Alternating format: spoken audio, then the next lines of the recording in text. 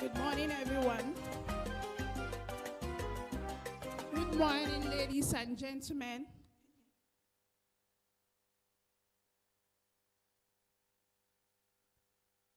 Good morning. Good morning, ladies and gentlemen. All protocols duly observed. My name is Choma, and I'm representing the supply chain unit of Anno Gas Processing Company Limited. And I warmly welcome all of us to this second edition of our Community Vendors Forum. Before we begin, we would like to start with an opening prayer, which will be led by one of you, our special vendors, and in the person of Mrs. Ijoma Amefula. Mrs. Ijoma, please.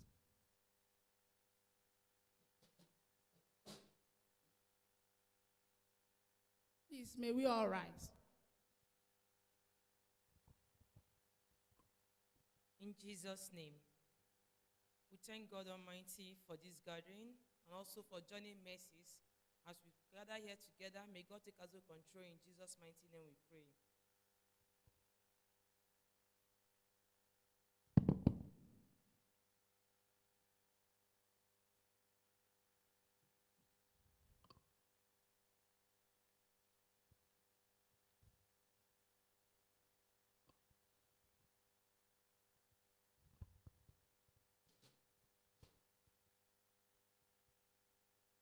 Good morning, ladies and gentlemen.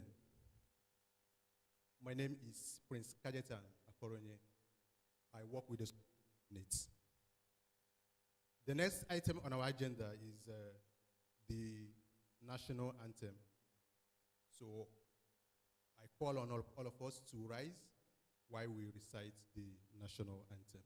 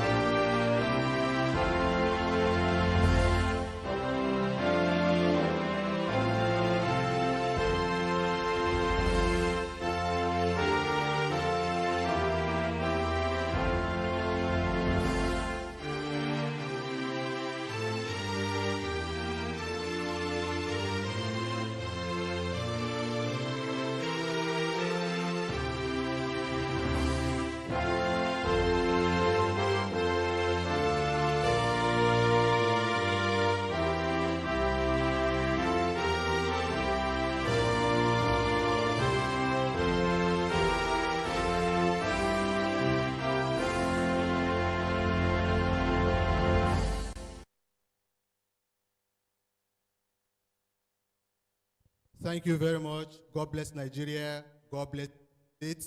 God bless everybody.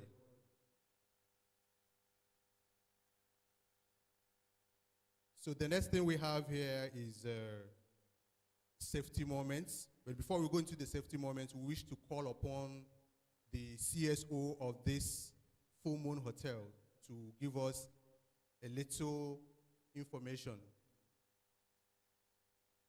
in the person of Mr. Benedict Anyogo.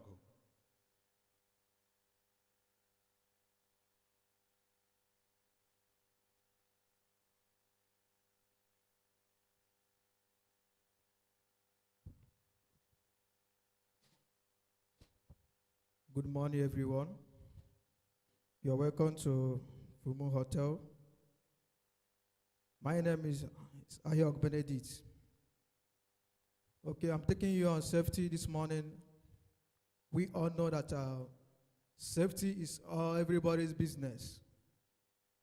So in the hotel, just know that you're rest assured. We have what you need to know, the places you need to know. We have emergency exit, the door at the right-hand side. We have the one at the left. I'm facing like this, so this is my left.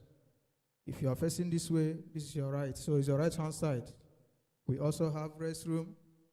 There's a muster point in front of the place, just is facing me and opposite me. There's a muster point in case if there's any emergency. And there's fire extinguisher, one there, one over here. So we also have trained personnel in case if there is any uncertainty, but we don't pray for such. So your safety is well assured. I will also advise, let me just talk about out there. When you go out there, please make sure you are safe.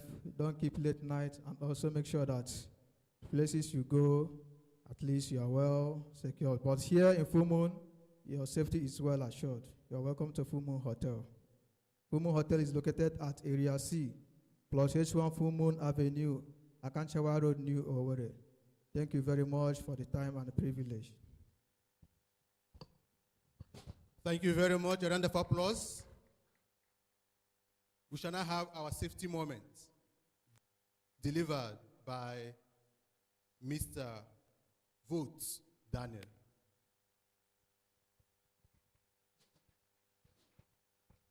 Good morning, everybody. All right, so for today, we'll just take a basic safety fundamental. You know, in safety, it goes not just in the AGPC, around the whole world. There are 3 basic rules. They are called the 3 golden HSE rules that you must comply by to be safe. You know, in our lives, there are different risks all over our lives. In our house, in the church, in the school, even while driving.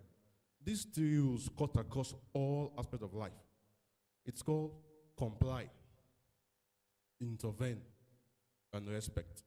For comply, how do you comply? We have rules governing everything we do. Like in AGPC, we have our set of rules that guide us. In your house also, I believe you have rules, yeah?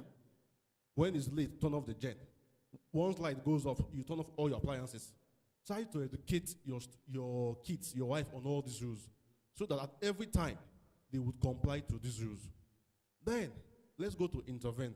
Now, what do you do when someone does not comply to all these rules? Like I said, it must not be written rules. In Nigeria, we have our own rules in Nigeria. Of course, you know, if you break them, then you fall short of the law. So you must comply to all these rules. Then, if someone does not comply, what do? You intervene. Please, Oga, turn off the TV. Please, take off the heater. Then, intervention goes beyond when someone does not comply.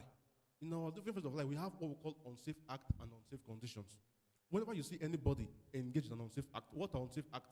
In your homes, gen is on, but because your fuel is down, you want to refuel the gen when it is on. Why? Because your wife is watching a very, very important TV show. Is it safe? So what do? You intervene. So for all unsafe act and condition, you must intervene so that that person will do it right. But then again, the last one, which is respect. Why respect? Because over the time, we've seen that intervention give room to crisis, argument, even fighting. Why? Because of the manner of approach you try to intervene. Even if you are trying to save life, if you shout, if you scream, if you insult, that person has a right to rebel against you. Two of us. But if you intervene with respect, in a calm tone, Oga, please, it is not good. Oga, please, do it like this. That person will be compelled to comply to the safety standard. So please, as we go home today, this should be our take home. That there are 3 golden HSE rules. Comply to the safe rules, the Nigeria rules, your house rules, AGPC rules. Then intervene when someone does not comply. Intervene for every unsafe act and conditions. Then the last one, when intervening, please, you must intervene with respect. Thank you very much. That was well delivered. So much, Mr. Daniel and Mr. Benefit. Safety is a very important aspect of our business, and we like all of us to comply, intervene, and when we're intervening, we do that respectfully. All right. I'm excited to be here. I don't know if we're all excited. Are we all excited? If you're excited, say, I am excited. Thank you very much. We'll move on to the next item on the agenda, which is a special address by our Managing Director, Mr. Okechukwumba, who is ably presented by Mr. Olubukola Fasoyin, our Manager Project Services. A round of applause as he comes on stage.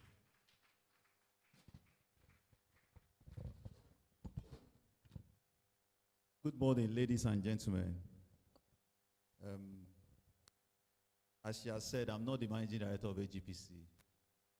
Our managing director is Mr. Okechukwu Umba, and I will just read the short address that he intended to give here, and you know the reason that he is unavoidably absent. So please, let's be attentive. I would like to welcome you, ladies and gentlemen, to this forum that has been organized by our company to be able to interact with our vendors, and especially the community vendors. I am unavoidably absent, as much as I would love to give one or two words in this session. The reason for my absence, as you get to know, is one event that we prioritize in AGPC over and above every other program. And that is because this week is our safety week. As you get to know, safety is a way of life for us at AGPC. While it is important to do business and make money, safety provides a platform for sustainable business. Safety begins from our hearts and our minds. It is embedded in the scope and specification we give to you, either for supply or for any form of work. Safety continues when you source the right materials. It continues when you mobilize the right equipment to our sites. It also continues when you ensure that medically fit personnel are the ones that are deployed to the site. Safety continues when you do proper risk assessment before starting any work. And safety continues when the work is executed in line with the approved procedures. And finally, you are able to return either yourselves or your employees to safely enjoy the proceeds of your hard work. I enjoin all of you today to consider that this is more important than anything in life.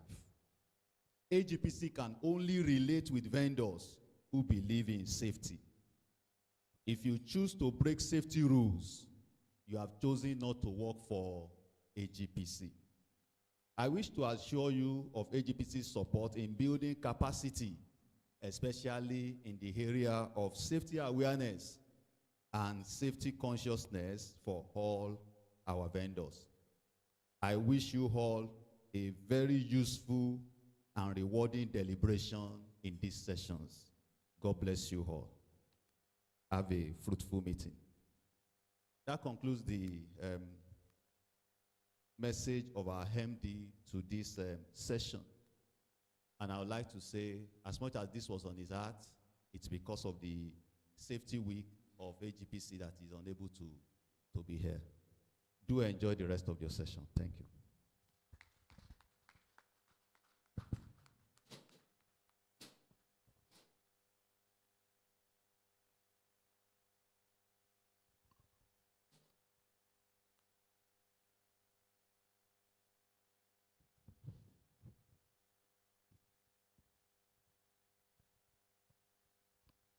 Thank you, Engineer Buki. That's applause. I don't know whether that one was for Small Me or Engineer Buki or for the MD.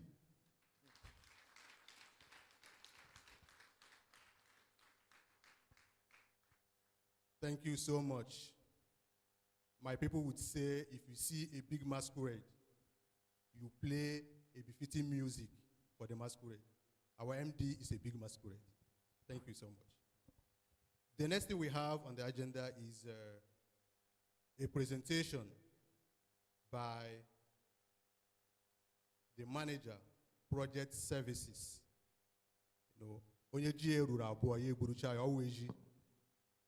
Yes. So he is also going to come forward to make his presentation.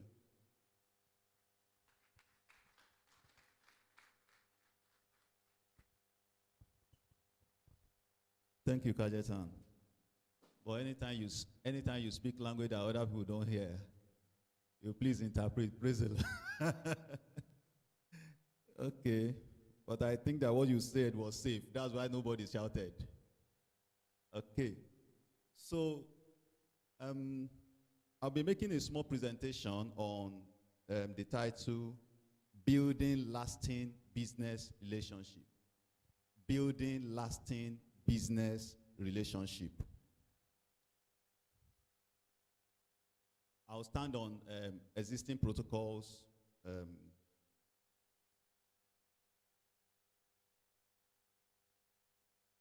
Sorry, are you present? Okay, great. But I can use my copy anyhow. So. Okay, this presentation is actually coming off some of our experiences in AGPC with some of the contracts that we have awarded, how they've been executed, and where we do see gap in the way some things were done. And we thought this opportunity would be good for us to seize to enable our vendors have a bit of understanding of what we see and how some of the gaps can be closed. What is a business relationship? Business relationship actually talks about the connection between parties. It may be between a buyer and a supplier, or it may actually be between two suppliers, or it may also be a collaboration even between two buyers. A good business relationship is built on trust, communication, compromise, and commitment.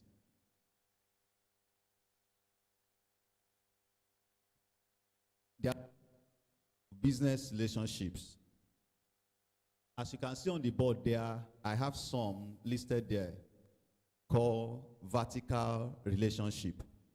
This is actually when you connect above, maybe a connection between a small entity linking up with a bigger one. Usually, vertical relationship may have to do with somebody that has an input to what you do, you can link with them. Or you actually also link with somebody with whose product you have and for instance, now, let's say you are interested in selling tires, for instance. You can look for somebody who is well known in the tire industry, like maybe Michelin, Pirelli, or any of those, and link up with that person because they are original equipment manufacturers. That's a kind of vertical relationship. Then there's also the horizontal one. Horizontal has to do with is at your level. You can link up with somebody who's at your level to be able to join forces together. This is between entities within the same level of business, value chain, competitors or complementors who produce suitable complementary products. We can all be competing against one another, but sometimes it may be better for us to join forces so that we can be able to undertake bigger things. Another type of relationship is financial relationship. For instance, I may have the skill set to do certain things, but somebody else has the money. If the person who has the money keeps their money in bank, they will earn certain return on the money. But we all know that the banking system is not created to be as efficient in giving you return. The thing that gives you return is actually using the money to do what? To do business. And that's why we are all here. There's also technical relationship. There might be certain skill set that somebody can bring on board to join with you so that you can both be able to take on something bigger. And that's what we have encouraged in AGPC, especially for community vendors. We would like to give businesses to people who are from the community in this area, Imo State, and environ. But we realize also that there may be gaps in terms of technical capabilities. So you can join forces with somebody simply because they bring on board into that your team technical capacity. We have encouraged this, and we have examples of some of these that is currently running. Then you can also have the non-financial relationship. Maybe the person that is joining you is actually just bringing in the CSR part of things. They have connections, they have ability to manage some stakeholders that you are not familiar with. Maybe somebody who is better with DPR than you are, maybe somebody who is better with community than you are, or maybe somebody who has done similar things before, knows all the contacts. That person is resourceful, knows who to talk to, and then you bring that kind of person on board. These are type of relationship that we can easily identify with.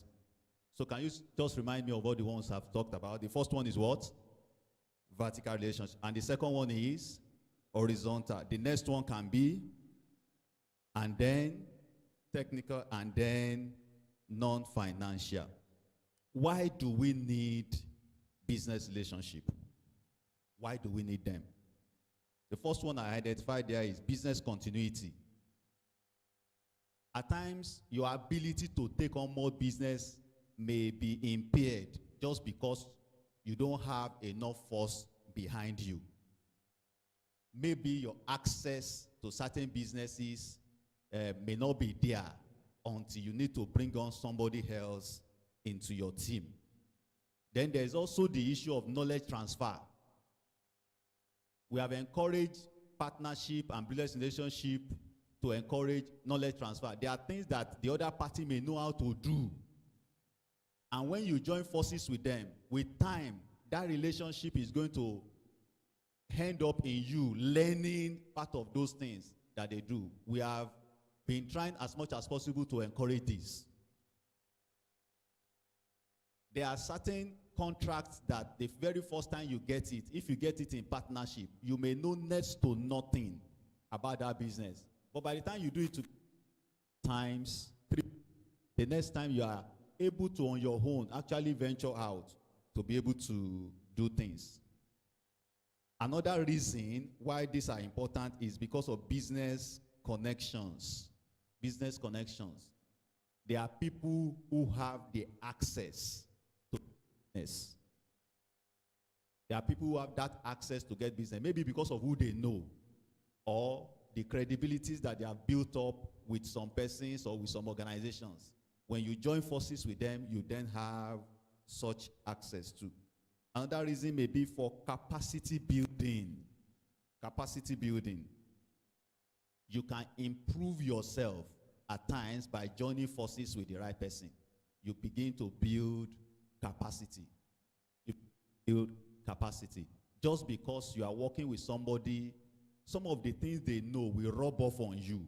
Some of the kind of clouds and presence that they have will also rub off on you. It can lead to self-improvement and development for you. Another reason is finance. In the part of the country where I come from, they say, money says if it's not around, nobody should take decision. I'm sure there will be an equivalent of that from anywhere where any of us come from. It's just simply understate the importance of what? Of money, of finance. You need business relationship at times because of finance. Another reason is proprietary right. There are some things that somebody has right on. That technology, they have patented it. That product is registered against their name. So if you have to do business with it, you may need to join forces with them. And the last one I identified there is good reputation and brand advocacy. There are certain products that when you mention them, people don't want to talk about another product. Even when you go to make a proposal and they tell you this is what we want, and to that person and say, I can't find it, but I can give you this. They can tell you, if you can't find it, forget it. So that simply means there may be certain areas where you just need to join forces with those brands that has the reputation. What are the key steps? The next slide. What are the key steps that you need to take when you are building business relationship? Business relationship can be like a marriage. It's not something that you just jump into anyhow. So some of those things that you can do is this. You can research the industry this area of business I want to do. Look very well. Look around that thing very well and look for what are the challenges there, what are the opportunities, what the gap, the needs, and what are the skill requirements in that industry. Then when you have researched that, you then ask yourself, who are the players in this industry? Who are the names that you trust? And then the next thing is to look at, of all the names that they can trust, is there any of them that you have shared values, that your thinking is alike, that you value the same thing and try to link up with them? And therefore, anybody you want to link up with, you need to do what we call due diligence on them. Due diligence. Very important. I have a slide on due diligence, and I'll go into that after this one.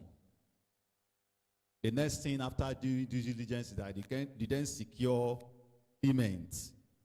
An agreement will regulate your relationship. The number one relationship most of us value, especially those of us that are married, is the marriage relationship. Most marriages that don't have certificates, in the eye of the law, how are they? They are not valued so much in the eye of the law. When you are entering into any form of partnership, it's always good to have an agreement that will regulate that relationship. Identify and document the roles of partners. You have entered into a relationship. Document what each parties in that agreement will be doing, so that there will not be conflict when it is time to do.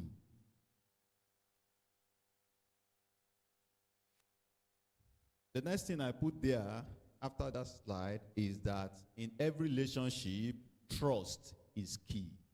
Trust is what? Is key. If you can't trust your partner, please don't go into that relationship. If you cannot trust, don't go into that relationship. If you can't trust, don't start. So a few things around due diligence. What do you need to check if you are trying to build a business relationship? You need to check, the next slide please. Who are the directors of that other organization? You need to find out whether they are credible characters or questionable characters. A brand name is as good as the people who are behind it. You don't want to get into a relationship with a company and realize that they are on the wanted list of EFCC. Or what's the name of that other organization that is seizing people's property? AGPC or AMCOM. Because you don't want to get to, let's say you have a contract with that partner, money has been paid, you get an AMCOM show up and carry both their equipment and your equipment. What's your gain at the end of the day? Nothing. You start making case to retrieve things. Then also look at their record. Look at their track record. The person you want to enter into partnership with, has he been performing in contract that they have been doing before? What are their previous clients or partners saying about them? Another thing, look at their ethics and their values. Are they people who just bribe their way all over the place to get business? And then when they get the business, they also spend the entire profit bribing people. What are you going to get out of that business at the end of the day? You will not get anything. You also need to, how does the operating environment, how do they value them? If they go to work in a certain community, do they go there, cause problem, all sorts of issues before they get out of that place? And finally, look at their credit and their debit status. What's their financial standing? Are they owing people who are looking out for the next business that they are going to take so that they can be able to seize the money? These are due diligence that you need to do. I'm sure every one of us will know that as businessmen, you can't do due diligence without involving your what? There's some kind of people that you need to involve when you are doing this kind of due diligence. Who do you need to involve? Involve your lawyers. Some of us look at the fee lawyer will take, and we feel that we can save that money. If you save that money and you don't do the right thing, you will lose much more than that at the end of the day. Therefore, when you are able to now seal that partnership, a word of advice is be fair when you are in partnership with somebody. Be what? Be fair. I mean, even, let's take business out of it. There are people in this country that have been killed because people feel that they cheated in what?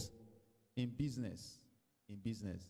Be fair and respect agreements. Be fair and respect agreements. The second advice I have there is this. Oh, the next one, please. Can we read it together? What's in that second one? Next. Can we take it again? You know, we are in a country where people talk about national cake. We are not trying to bake a bigger cake. All we are all trying to do is to do what? To share it. When you are in partnership, every party should work to make the cake bigger. Don't be greedy about eating from it. Prioritize long-term business over short-term gain. I'm sure we all understand that. So the final slide I have is opportunities for those who have solid partnership in AGPC. In the course of our operations, there will be things to supply. There will be work to be done. There might even be products to lift. There may be stringent requirements that your businesses do not have. You may need to look out for those who have those capacities that you can benefit from, either financial or technical. These lists are not exhaustive. We are building a gas plant. We are going to be producing LPG. We are going to be producing liquid gas condensate. There will be opportunities for supplies be done, modifications here and there. We want every one of you to be positioned to be able to take such opportunities when they do arrive. So that's all for my presentation. The final slide is what? Thank you. Thank you, everybody.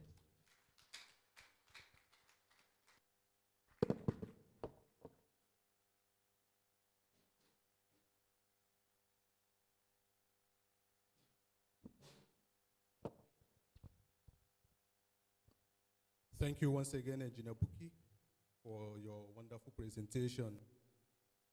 Next on the agenda is a presentation by our finance team, awareness creation on invoice processing and payments and tax issues. This will be anchored by Faith Ajayi.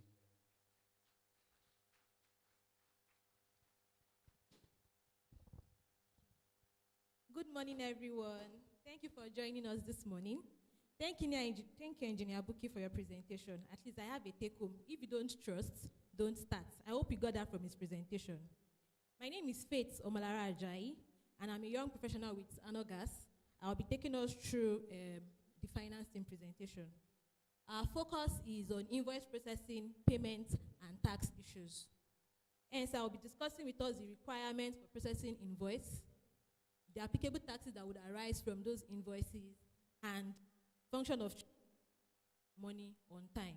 All questions will be taken after the presentation, so do well to note down all your questions so that we can answer them when we are done with the presentation. Next slide, please. Before any invoice is processed in AGPC, the finance team is going to require 3 important documents. That is your invoice, your executed purchase order, and your executed work completion certificate. Now, we refer to the purchase order as the PO, and we all know what we call WCC, that is your work completed certificate. When we say executed, we mean a signed copy. So before you send any invoice to finance team, ensure that you're not sending just your invoice. Ensure you are sending these 3 documents together, and also make sure that it has been signed by the user department before you send it to finance. Please also, when you are sending the document, ensure that the user department has confirmed to you that your WCC has been approved on the ERP. So what do I mean?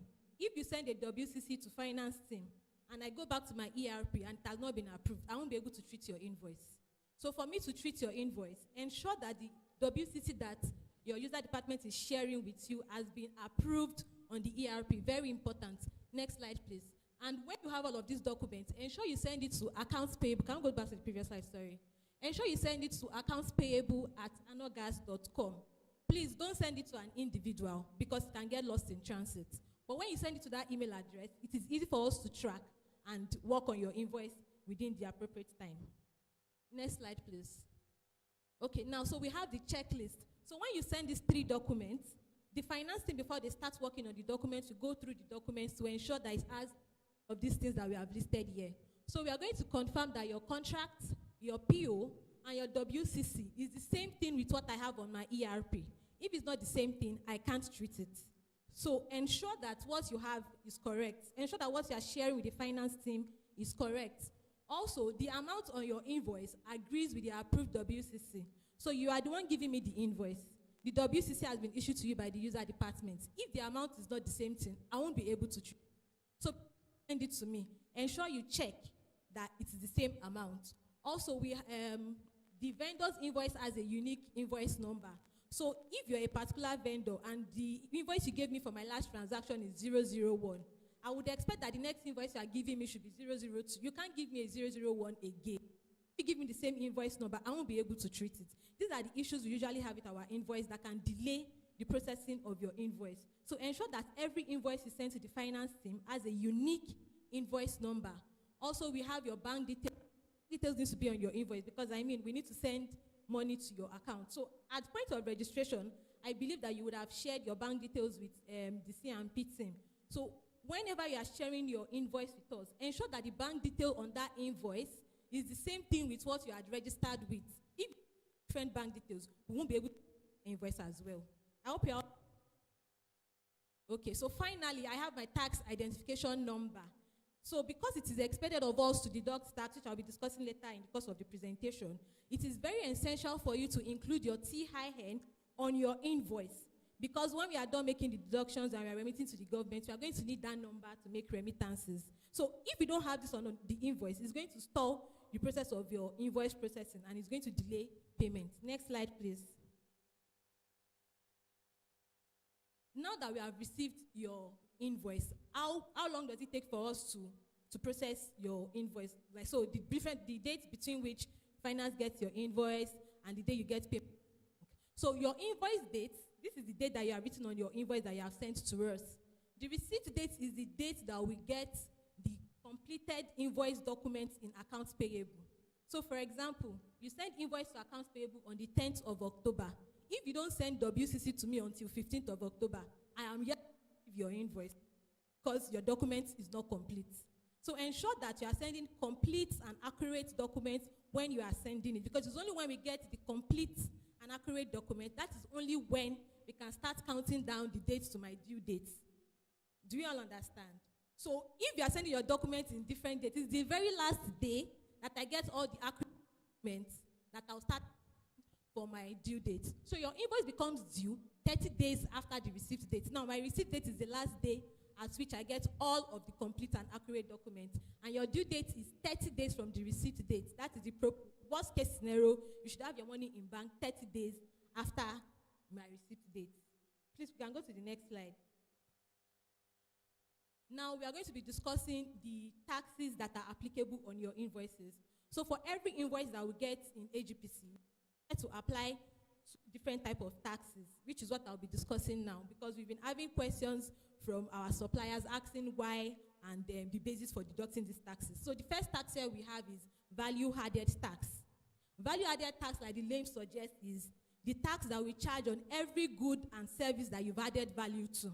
So basically, from the top of my head, the only good that I will not charge VAT on is raw food, because it has just been taken away from the farm, right? But every other good, like your clothes, your air, your t-shirts, value has been added to it one way or the other because it's not a raw material. So everything that you are bringing to AGPC, any good or service that you are supplying to AGPC is liable to VAT. Now, is VAT a tax that I created myself? No. This is a tax that is levied on us to charge on every invoice that we receive. And it is a flat rate of 7.5%. So you don't have your invoice today saying VAT is 10% or VAT is 5%. No, it is a flat rate across board. So no matter the service, no matter the goods, what I'm going to be charging is 7.5% flat rate on every invoice that I receive. Now, it is worthy to note that this is not a cost to you. It is a cost to me. So when you are sending your invoice, ensure to include VAT. And your VAT is usually 7.5% of your total invoice amount. So if your invoice that you are sharing with AGPC is 200 naira, for example, ensure you have a column where you are written VAT, 7.5%, which becomes 7.5 of 200 is how much? I think that's 15. 15 naira. It is not your cost. It is my cost. So please ensure to include it on your invoice, because at some point you might not be able to process that invoice if you don't see the VAT amount there. Also, you should note that generally, I am expected to pay VAT to my vendor, and the vendor will be expected to remit it to the government when I make the payment to him. However, because we are in oil and gas, the government has said that for banks, for oil and gas company, for government parastatal, and for, I think, telecommunications like MTN, when they enjoy services from various people, instead of them to pay the VAT to the vendor, government has said that all of those companies that I've mentioned in those spaces, they are allowed to hold on to the VAT themselves and pay it on behalf of the customer. So that is why when we are paying your invoices, you won't see us pay the VAT amount, because government has said, because I'm in oil and gas, I shouldn't pay it. I should pay it directly to the government, and that is what I would usually do at the end of every month. Finally, the responsible government arm collecting VAT is FIRS. So every VAT remittance is paid to FIRS. So you don't need to have your state's Internal Revenue Service coming to your office to harass you over VAT. It is not in their jurisdiction to request for VAT evidences from you. It is only FIRS that can request for evidence of VAT, and that is an AGPC's cost. So they shouldn't even harass you about it at all. Now, finally, on this slide, we have the goods that are exempted from VAT. So like I mentioned earlier, the first thing that government has said you don't need to pay VAT on is the raw material. That is your basic food item. So if you are supplying basic food items to AGPC, AGPC does not need to pay VAT on those items. Also, we have books, medical materials, LPG, etc. So these are the list of goods that are exempted from VAT. So if whatever you are offering to us is not listed here, that means that it is liable to VAT. So if your good or service is not listed here, that means for every invoice you send to us, you must include VAT on that invoice. I hope you get it, sir. Okay, next slide, please. The next applicable tax we'll be discussing is the withholding tax. Now, this tax is not an extra tax. What government has said is, at the end of every year, everybody that is operating in Nigeria, we pay about 30% of their profit to the government. Am I right? Exactly. So what government has said is, instead of them waiting for the end of the year before they collect 30% from you and you, for invoices that you give to your customers should hold on to a portion of that money, so that at the end of the year, when you want to pay 30% of your profits, you won't get to pay them all of that 30% because you've made an advance payment. So we usually say that withholding tax is an advance payment of your company income tax. So it's not an extra cost to you as well. It's still the money you are still going to bear in future. So it's just like an expense that you're going to bear at the end of the year. But government is saying, start paying for that expenses today, so that at the end of the year, the burden is lesser. So let me give us an example. If today you give an invoice to AGPC, let's say the invoice is 200 naira again, and withholding tax on that invoice is 5%. So that is 10 naira on that invoice. Now, AGPC would withhold 10 naira and pay it to the government on your behalf. That's why I said it is necessary for you to include your TIN on your invoice, because when I withhold that 10 naira from you and I remit it to the government that this customer, I have withheld 10 naira from this customer, and I would submit your TIN to the government. At the end of the year, when you are done with all your businesses and you are done with your books of accounts, when you want to remit your company income tax to the government, total profit is 1,000 naira. Do you necessarily have to pay 1,000 naira to the government? No. If your profit is 1,000 naira, you are supposed to pay 30 of that 1,000 naira to the government. Now, 30% of 1,000 naira is 300 naira. But will you pay 300 naira to the government? No. Why? Because AGPC had withheld 10% earlier in the year. So what you are going to be paying to the government is that 300 naira minus the 10 naira that AGPC has collected from you during the year. I hope you all understand.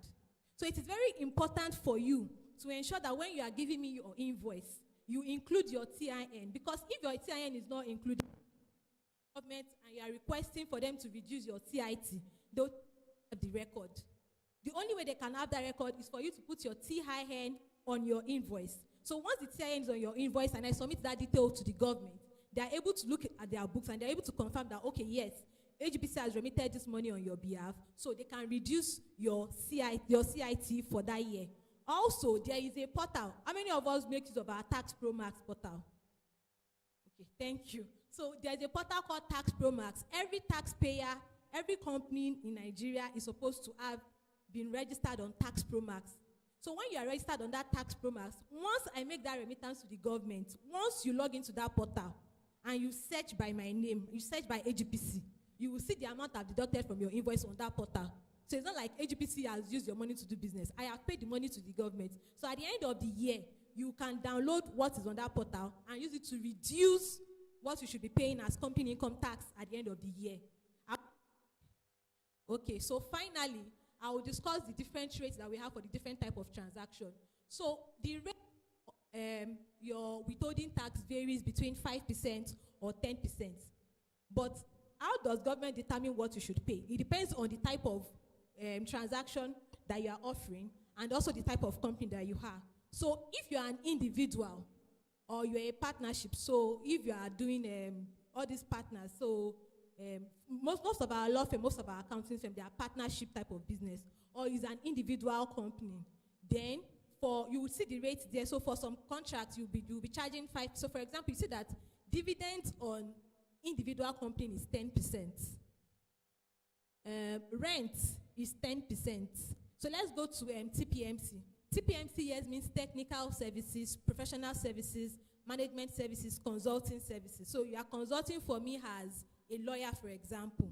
If you are a lawyer and you are registered as a corporate company, my withholding tax on that invoice would be 10%. But if you are a lawyer and you are registered as an individual with the government or a partnership type of organization, what I'll be deducting is 5%. So you can snap this so that if they wrongly charge your withholding tax, you can come why they've charged you the wrong withholding tax rate. The rates are different, as you can see. If it's construction activities, for example, both corporate and individual is 5%. So these are the type of transactions and the different type of rates that would apply for your transaction. I hope you all understand. Okay, so finally, you can go to the next slide, please. Finally, I want to do a practical example of what our invoice should look like and how the invoice deductions are made. So this first invoice, you can see it has an invoice number. It has the company's name. It has the description of the services you are rendering and the amount. Now, description says supply of shirts at 10,000 naira, repair of doors at 2,000 naira. Now, the VAT that you'll be charging is 7.5% of 12,000 naira. Now, 12,000 naira is your 10,000 plus 2,000 because VAT is applicable on both of those transactions.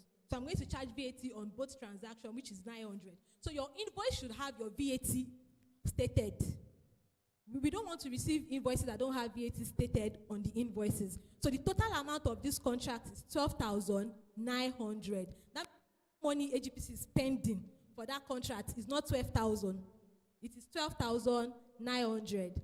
Now, my withholding tax is 10% of 12,000 naira, which is 1,200. So you would ask me, if what I've charged you for this work is 12,000 naira, why am I getting 10,800 in bank? Because that's what happens most of the time. You don't get the actual amount that you have stated on your invoice. Now, this is why. Because the total amount that you have billed us is 12,000 naira. but I have to reduce the withholding tax of this 1,200. So once I reduce 1,200, 12,000 that you have billed me, what is going to as a vendor is 10,800. I hope you all understand. Or do I run through it again? Okay, thank you. Now, the 900 that I've also charged as VAT is 900 naira.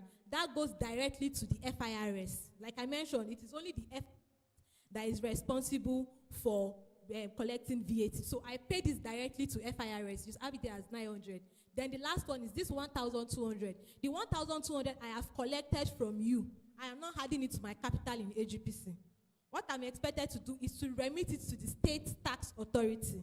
So you have the Lagos State Tax Authority, you have the Imo State Tax Authority. So any of the state tax authority that you belong to, not that AGPC belongs to, if the vendor Imo State, I'll remit it to Imo State. If the state tax authority for you is Abuja, exactly, River State, I'll remit it to River State. So that is why this 1,200 that I have written here as withholding tax, that has also reduced your 12,000 naira, is going to your state tax authority.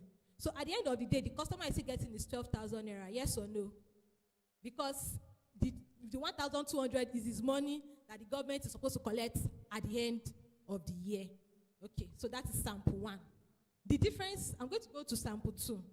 What I've done in sample 2 is, there are cases where you have done a service for me, purchase of door, and there's service charge. So I have contracted for you to buy me purchase of door. You have the receipt for that door. So I can evidently see that you have gone somewhere to purchase that door for the price of 10,000 naira. Then you are charging me for that service 2,000 naira. Now the government says because it's a service charge, you don't need to pay VAT or withholding tax on that service charge. So your VAT and withholding tax will only be on the 2,000 naira. I hope you all understand. So you are not going to be paying VAT and withholding on the purchase of door, because that was a service that you rendered, and there is a receipt for it. So once you have a receipt, and it's not as if the receipt is from your company as well, oh. You have gone somewhere else to purchase door, that's the only thing you've done. So there's a service charge. So the service charge, we usually refer to it as service charge or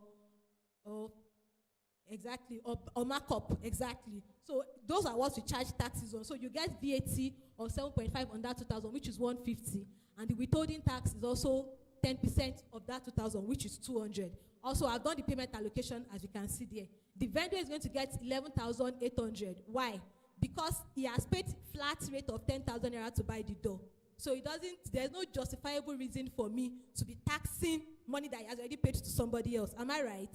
So it's only the 2,000 naira that is a service charge that I will deduct withholding tax from. So the money that, let's say, is markup or is profit now, is supposed to be 2,000 naira, but I've charged 200 naira as withholding tax. So what he's getting is an extra 1,800. Then to FIRS, I will pay 150, which is my VAT on that 2,000. And I'll also remember to pay to my state tax authorities the 200 naira that I have withheld from him. I hope you all understand and it is clear. Thank you. The next slide, please. Finally, when we have done all of that in processing your invoice, what's next before you get payment in bank? So once all of the process I've explained is gone through and approval has been completed on the ERP system, the Treasury team would review to ensure that approval has been done. So even if the invoice has been sent and the user department has refused to approve your payment, we might not be able to pay. Our hand is tied. So for Treasury team to make payments, we need to review the approved invoices in ERP again and confirm that everything is correct. You also need to check, is this invoice due for payment, or I still have 15 days grace? If I say, imagine that maybe you submitted your invoice today, and the person that was posting the invoice liked you so much, the person posted it within 2 days. Treasury team still has 28 days. So what they'll probably do is the payments that are already due for payments today, they would want to prioritize it, right? So if your invoice is not yet due, they might not pick it for payment that day. But once it's getting close to due date, they would make payments and you will get your payments in bank. And of course, we all know that whenever we get our payments in bank or when the invoice is being delayed, we can always request for a remittance advice, which will also show you all of these breaks that I've given. Thank you very much for listening.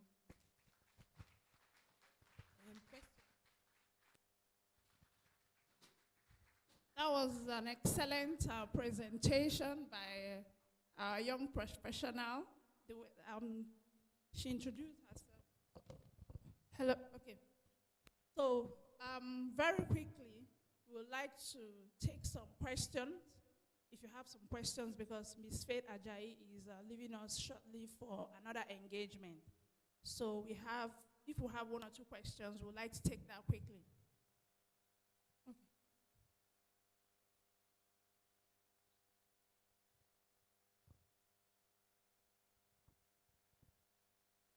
Good afternoon, everyone. My name is Ijoma Amefle, Unique Ideas Limited, the company name. I want to know, you didn't say anything about NCD. Is NCD not included in the charges? Thank you. Thank you very much, ma'am. I'm expecting that question to come. But for NCD,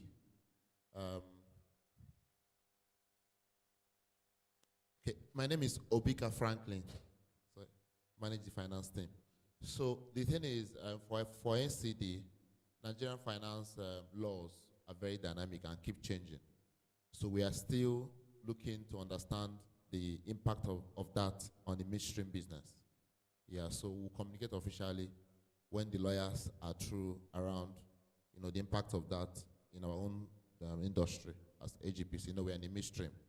So there have been a lot of changes.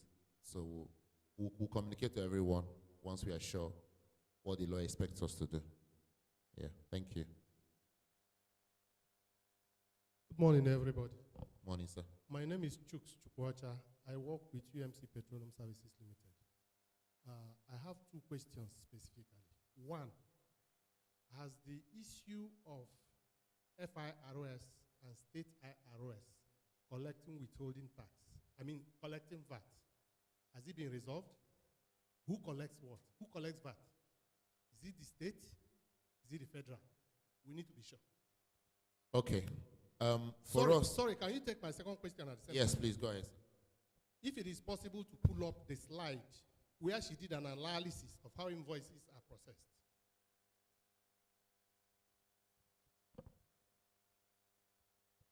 Good. Please, I'm stepping forward because there are serious questions on this slide. Please go ahead, sir. If somebody uses it as a model, the person will fall short. Firstly, the first side. This one? Yes. Okay. Your computation is wrong. Okay, go ahead. Is that you have everything. You didn't calculate that the person that provided this invoice also added the withholding tax and added the VAT before you started making deductions. He made a purchase of 12,000 naira, did not add any, any margin.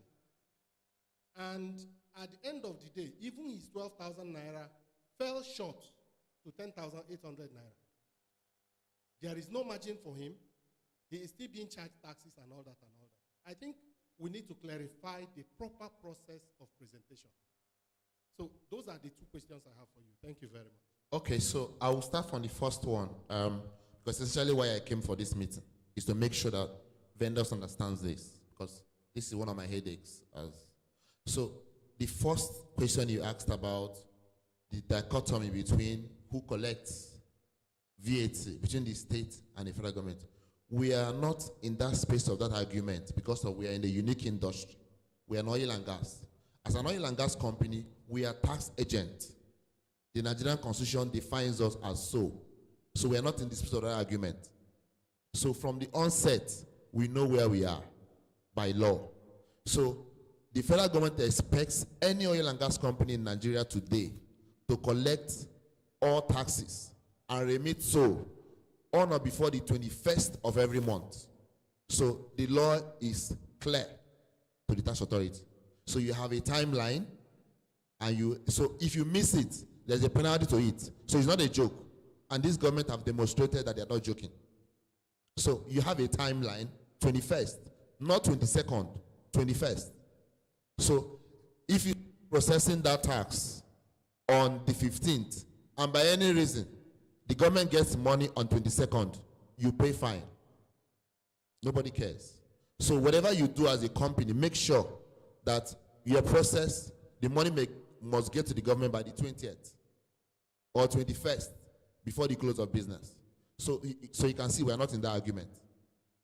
So, and in the oil and gas industry, we're not in that argument.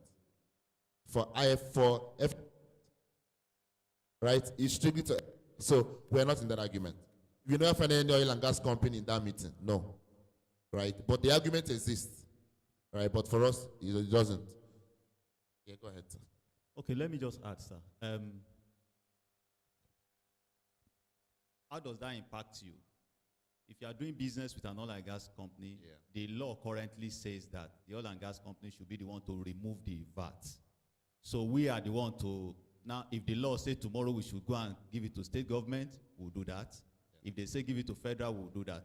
So in any case, it does not impact you. As long as that controversy remains, we'll keep doing what the law says. But as far as you are concerned, please just put that VAT in your invoice. Okay. So I hope you're fine now. Okay. So back to the, please, can you project the invoice back? All right. So, just like my colleague Ella mentioned, so there's definition around what you are doing for us. So if you look at, there are two categories. So if you are someone, and again, you know, this is driven by contract. That is the primary document. So whatever in your contract will expressly be shown on the invoice. So if you sign or if you have a contract and we've told you that we know the OEM, who manufacture this shirt, but because we're not allowed to go and buy the shirt, we then give you and say, go and buy that shirt for us, right? And that shirt is 10,000 naira. That 10,000 naira, we cannot be taxing it because it's not your money. So what we'll be taxing is what comes to you for rendering that service. So is it the admin cost? Is it the markup? Is it the service charge? So, but the tax man, the tax people, because we know what we are doing. We're not just doing it. People come to review it. So IFRS will come to look at, they'll do invoice sampling. So they look at your invoice. So if for any reason they pick an invoice and we have actually paid you that money you pay to somebody, and moreover, if we give you such a contract, once you are invoicing us, you have to show us the invoice you got for where you bought it. Because, I mean, you just went an errand for us, right? So you have to, so that invoice will be attached. Then on your own invoice, you need to state clearly how much you bought it and what the value is to you, you know, that errand you went to, how much are we going to pay you? So a taxman expects that invoice to be that clear so that he or she knows that the tax, because if you don't put it on invoice, that you have a service charge, what the tax person will do, when he picks it, he will say that you didn't pay the right tax. That he's talking to us now, that AGPC has not emitted the right tax. So even though we know that there was a service charge, but that service charge is in our mind, it doesn't exist on the invoice. So the person doesn't assume, I mean, business is not done on good faith. Business is done on intent, right? So it's the invoice that communicates to him. So once he picks that invoice, an invoice is like this, right? And there's no service charge. He expects that what we should be paying to government, both state and federal, is this too, right? But if the invoice was supposed to be like this, and it's like this, the man doesn't care. You know, here we paid less tax, right? Or here we paid more. So he will say, no, Frank, please, you're owing government. So that money will bear it as AGPC because you've gone. Because this may be a year after, you know, whenever government wakes up and want to do that, because we don't control that aspect. Yeah, so this particular stuff, this one has nothing to do with markup. So this you will see in invoicing like construction. If you're given an example, maybe if you're given a Canomena or a Grachico job to do, they are the one doing the job. So their invoice will typically come like this. Or you're given the Xerox work to do, as an instance, their invoice will come like this. But if you're giving someone who does not manufacture anything, who is just helping us to do paints, right? This is how that person's invoice will come. You know, so tax is very interesting and very clear. And I want to say something. You know, this is what we use to develop Nigeria. Nothing else. Is this tax money? And of course, the additional God gave us, which is the oil. But essentially, this is what countries that don't have oil, this is their own oil. And that is why they are very certain around who collects it for them. Because imagine if they gave some companies this money, some will never remit it. Because some companies don't even have office address. So where do you find them? You can't find the person. So that is why they made it, because oil and gas monies are usually big. So they now make a that we can hold you as AGPC. We know your office, know who you are. We know other taxes you pay. So collect it for us. And we have even told you that you must submit it to us by the 21st, unfailingly. Then if you don't, the customer has left. We will charge you penalty for not doing so. So I don't know whether it's clear to you, sir. Okay. Please go ahead, sir. Let me just add, if at any time you have doubt about how your invoicing should be done, they'll give you their email account, send to them and say, this is my contract, do a sample Excel, put it there and say, is it okay to present this way? Exactly. We can render that service free of charge. Yes. There are more questions. No. So on that email is accounts payable. So accounts with an S. So accounts payable at anogas.com. So not accounts payable at anogas.com. So that is where we submit all our invoices. So if you need any assistance, just write us. We will always respond. And some of you who have submitted invoice will see an acknowledgement that we got the invoice. We usually do that. Please go ahead, sir. Good afternoon. Good afternoon, sir. Good afternoon, presenter. I want to use the invoice for my own please question. Okay. On this side. On this one. Okay. Adele and Co. Limited as a corporate, yes, not an individual. Yeah. Service charge for the whole year. The volume of service charge may not be up to 25 million. And there's a small micro zero tax allowance, you know, and you are withholding already, assuming he will get to 25 million. You know, at the end of the year, the issue with Federal Inland Revenue Service is that they think that you are hiding money. They always think everybody's hiding money. So that government has withheld something on your behalf, give them the assumption that you are above that threshold. So I'm thinking that for community vendors, and I think we have more people on this area, yes, as having service charge than, yeah, this area. You know, the withholding tax, and at the end of the year, the person does not get to 25 million turnover for tax.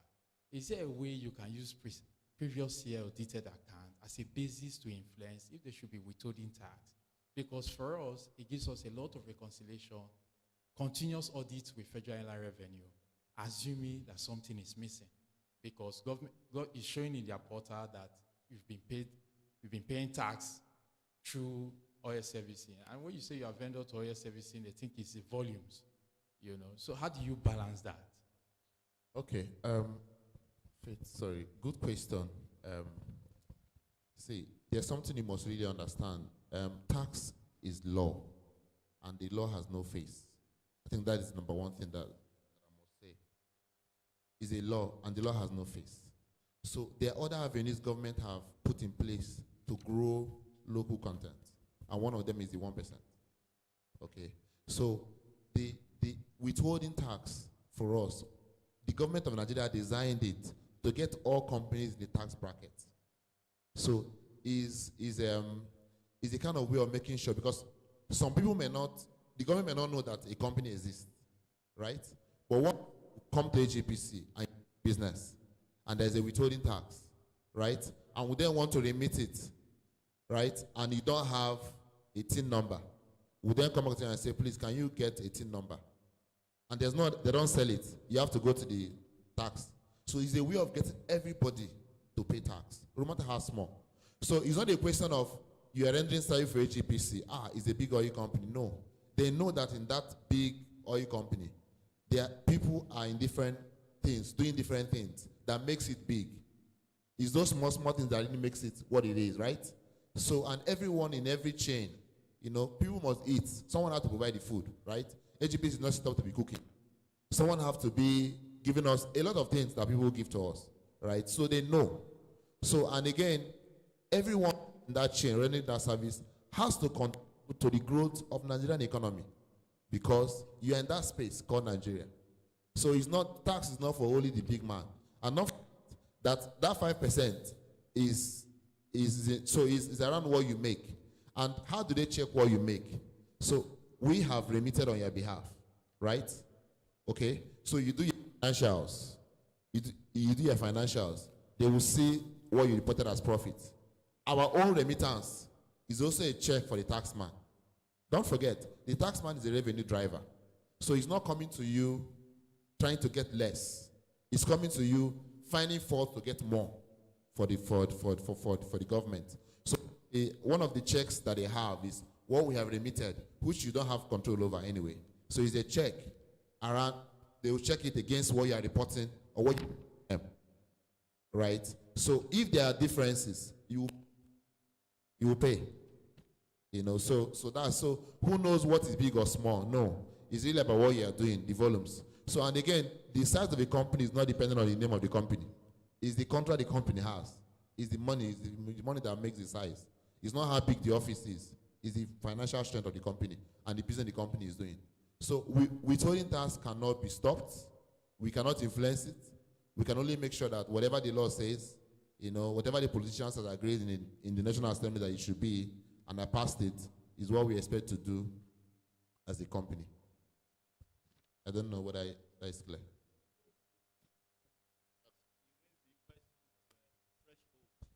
Threshold. Their threshold at the end of the year, if it doesn't meet the 25 million, they are actually not supposed to pay tax. Beautiful. But, I mean, why I'm contributing to this is this. We sympathize with you, but you need to get your tax consultant to help you see whether there's any way. We can't show the taxman everybody's financial when they come. So to tell them that's the reason we didn't remit. We would have even remitted before they come and check our books. Yeah. So you may need to engage the service of a tax consultant to see how do you retrieve your money back to FRS. Yeah. Yeah. Yeah. No. I think he didn't get it.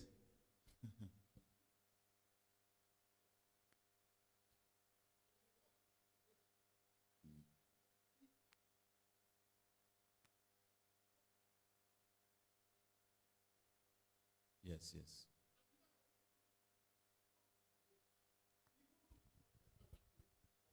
Yes.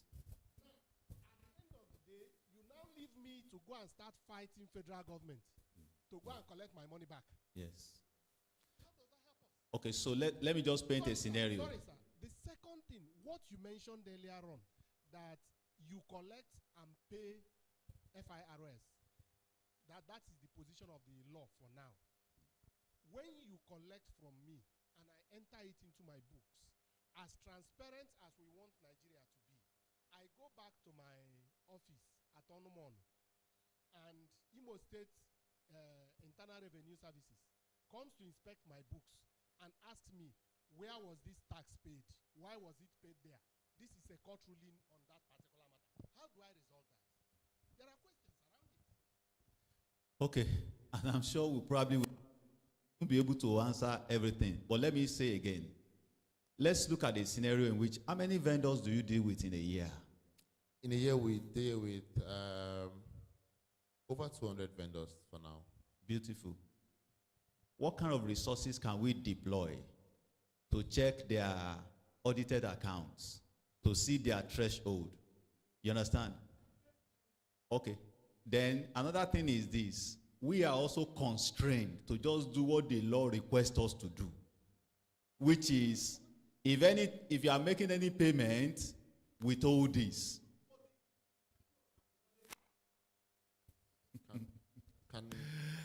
I think you get it.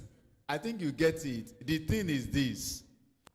Somebody makes a law. If somebody makes a loss, what does the law say about your tax? If you make a loss in a year, what does the law say about your tax? You're not supposed to pay any tax. That's not enough. You won't pay a tax, but the government, is that not it? Exactly. Practically speaking, if you make a loss that means you have a negative tax. Negative tax, yeah. And negative tax means that somebody is owing. Who is owing? Government is owing you. Beautiful. So, so we are constrained. That's what I'm trying to tell you. Okay, so one more thing I will say to his question, and I understand what he means by, he didn't use the word threshold. So that is where you then have, you need to have accountants. So that is why we went to school.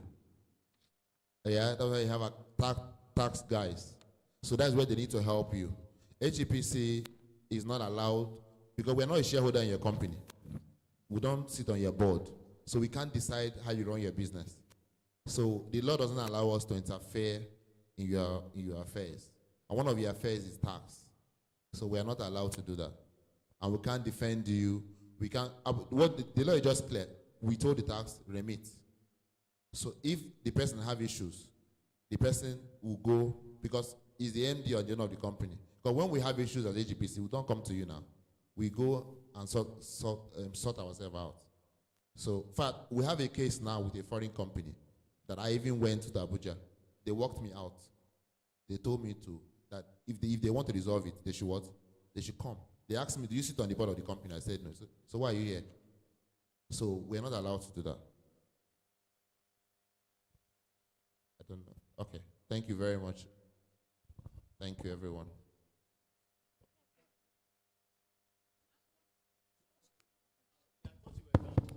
We have some contractors, at times, they write us and say they didn't include the withholding tax in their invoice, so we should not remove it. I mean, I'm sure after this presentation, we won't get that call again. Are you supposed to add withholding tax to your invoice when we are sending to us? Withholding tax is your tax, which you are expected to pay, so it should not be part of it should not be an additional costing to whatever we give to you. Maybe that's the reason some of you don't win our bid, because after calculating the price, you then calculate withholding tax and add it on top of it. That's not. All right, we'll just take 2 more questions and we'll be done. Okay. Good afternoon, all. Good afternoon, sir. I am Nathan Ozio Majukura, a town planner by God's grace. My question is this. For those of us who might not have gotten the slides entirely, and some of us also came late, is it not possible for AGPC to give us, even though it's a soft copy of the seminar proceedings? We might get it through our mail, so that we may not run into costs in printing it. We appreciate a situation whereby we have a soft copy. Some of us may download and use it at home, especially aspect of it. Thank you. Thank you. Is there another question? The last question. Okay. Good day, everybody. My name is Engineer Tony Bona of K Energy Company Limited. My question is in 2 arms. First on the transaction and your invoicing processing, and then the second is goes to the engineer that handled on business relationship. Now, on your invoicing procedure, you did mention of 3 documents that are essential: the invoice, the PO, and the WCC. And then you also indicated that if one invoices, you have 30 days timeline. But where you have a WCC that is not captured in your ERP, that it invalidates the dating or your timeline. Now the question is this: your ERP is your internal software, is your internal issue. Does it have interface with the contractor? If it does not have, where there is a pitfall emanating from your own end, how do you push the liability to the contractor who has invoice and he face my invoice I said through, the bit to your internal issues, you now place him on liability to such timeline? That's my question number 1. Number 2. So we'll take the question number 2 during the Q&A session. So the questions for now are for the accountants. So Choma, there's guy, they give him the guy on red on wine.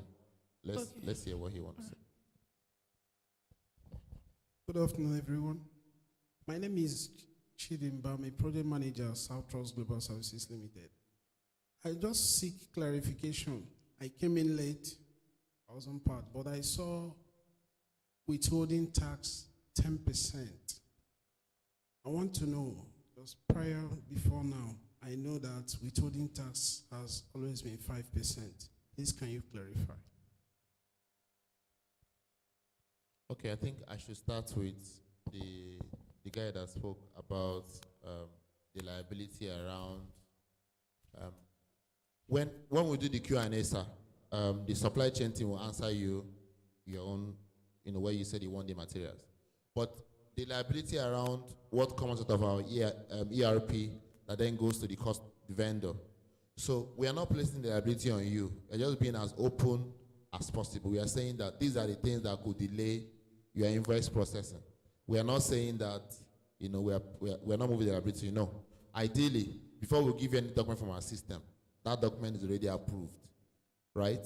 So if there's a case, if there's for any reason that there's any breach in control, our system has a means of communicating to the vendor directly to say that so and so invoice is being delayed because of X, Y, Z. All right, so we'll communicate to you if there's any such. But you are not going to get a document from us that is not approved in our system before it gets to you. That will never happen, right? But if there's anything like that, you get an email. Some of you who are here, when you submit invoice, we acknowledge the invoice. We say we received and working on it.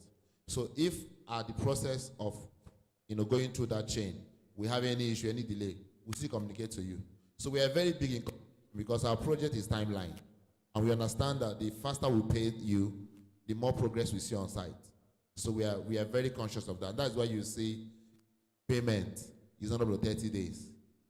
We pay because we understand that we have a timeline for the project. So we're not set up to delay payment. No. We don't do that. We want to make sure that our project and the site continue to be busy and we are making and achieving the milestones. So the issue of tax that he mentioned, so I'm happy you said you came late, so because we really dealt on that, answered some questions. So when it's 10%, this is why. When it's 5%, this is also why. So this is the law. It's not like AGPC is deciding on it. So once it's rent, of course you get a 10%. Once it's contract or whatever, so you have 5. If you're in a construction space, like Xerox and Co, it's 5%, right? So that hasn't changed. But just that most people in AGPC are used to 5% because we're in a construction phase.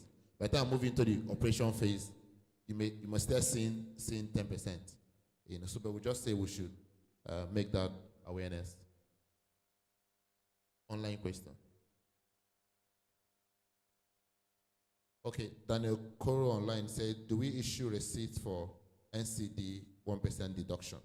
So when Mr. Daniel, so there's what we call remittancy advice. So that remittancy advice will state clearly what deduction has happened in your money to what then you receive as cash. So you see everything clearly, right? So, and of course, our job is to, again, remit to the Bayelsa people, the NDDC, right? So we don't have a receipt that we'll give to you because we are not NDDC. Our job is also, we're just an agent to remit to the government. So when we send you that remittancy advice, it's a document from us that you can use to go to NCD. So that document is respected in the industry. You can take it to NCD and say, this is what they've deducted from me. So that's it. So Daniel, I hope we've answered your question. Thank you, everyone. Thank you. Thank you for the opportunity. Thank you so much. A round of applause for Mr. Franklin and Ms. Faith Ajayi. All right, so we will be having a short break, tea break precisely, and we have made provision for light refreshment, tea at the back. So we're going to file. We have ushers that will direct you to go over there to take your tea and take some snacks along with that. In AGPC, we have a slogan that says, do it right. So as well, going ahead to take our tea, let's do it in an orderly manner. Thank you so much. So the break is for just 10 minutes. If you're taking your tea, you want to stretch, get up, move around, just 10 minutes break. After that, we'll continue with the rest of the presentation. So I also implore you to write down your questions as we make presentations. As each presenter comes on stage to make their presentation, just note down your questions. We'll take all questions during the question and answer session at the end of the program. We only did this because the account personnel are going for another game. Thank you so much.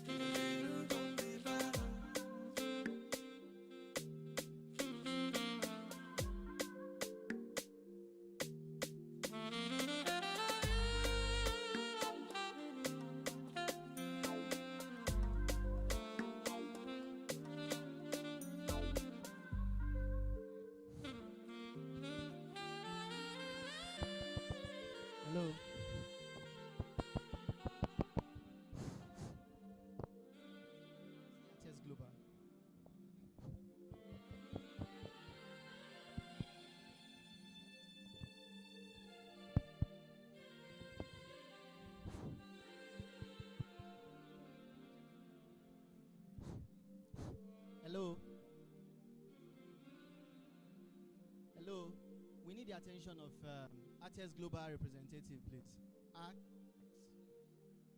Okay, Artex Enterprises. Please, where are you? Artex. Artex Enterprises. Just signify so that I can come to you.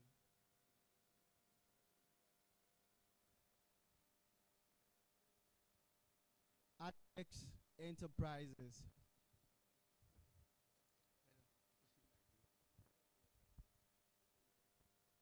Artex Enterprises.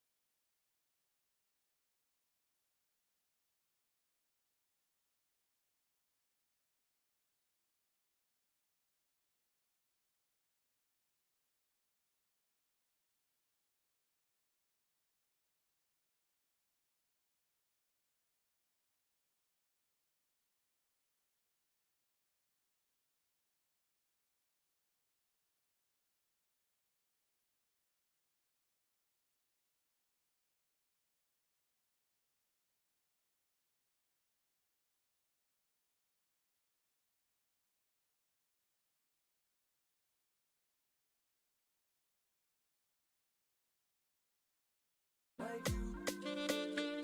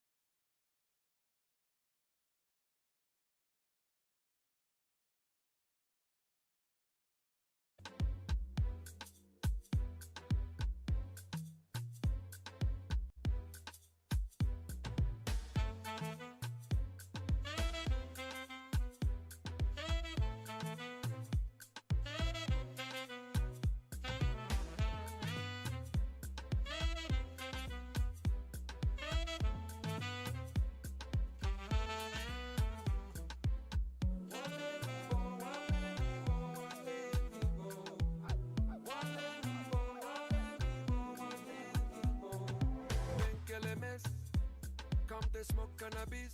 Doctor say make a pop one of this. Make me fly like say I'm Aladdin. Come bring some kind melodies. Oh mama myself no do pass like this. So many things inside of my jeans. I slide down the beatings, the beatings.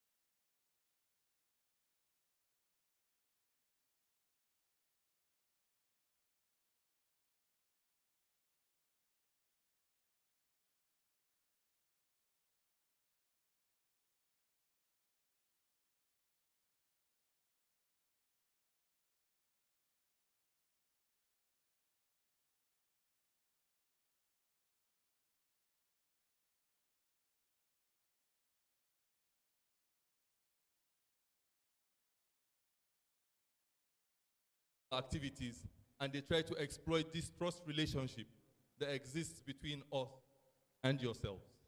And so let's look at an example.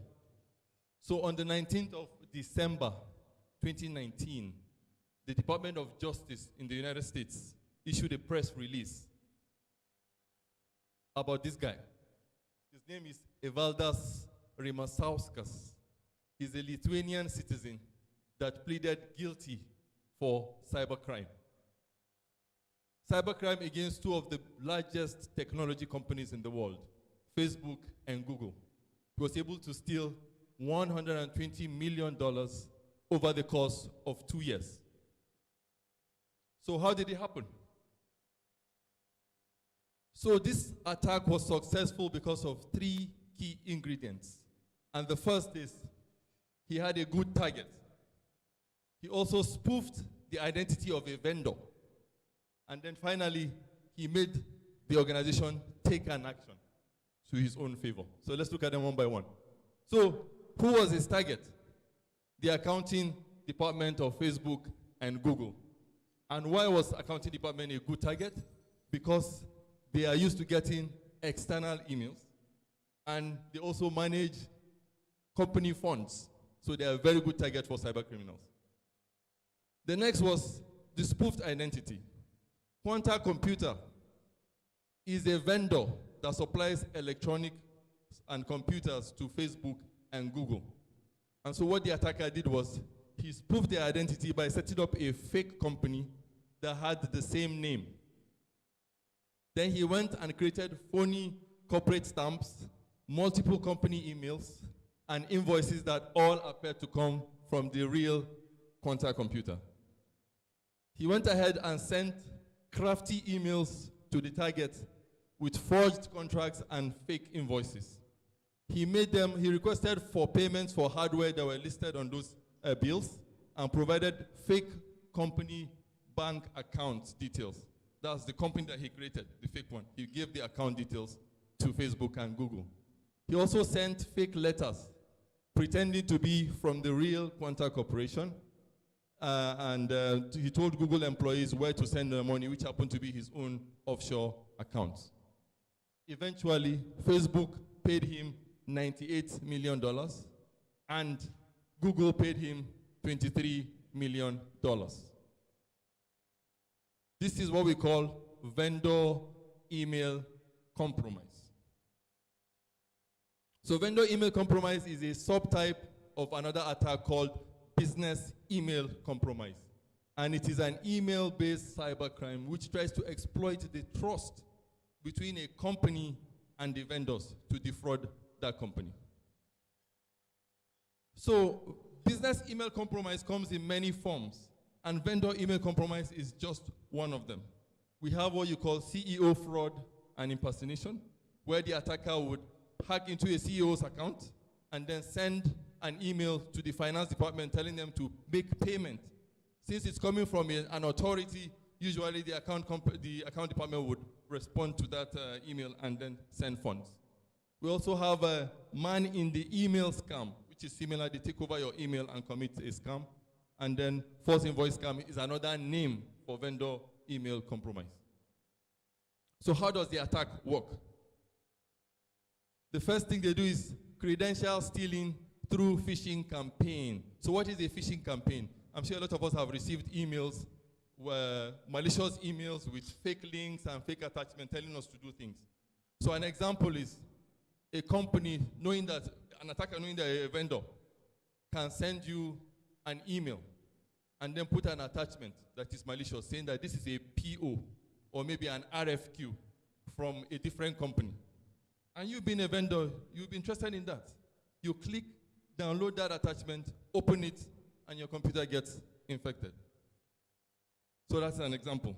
So once they do that, their target is your email and password so that they can have access to your email account.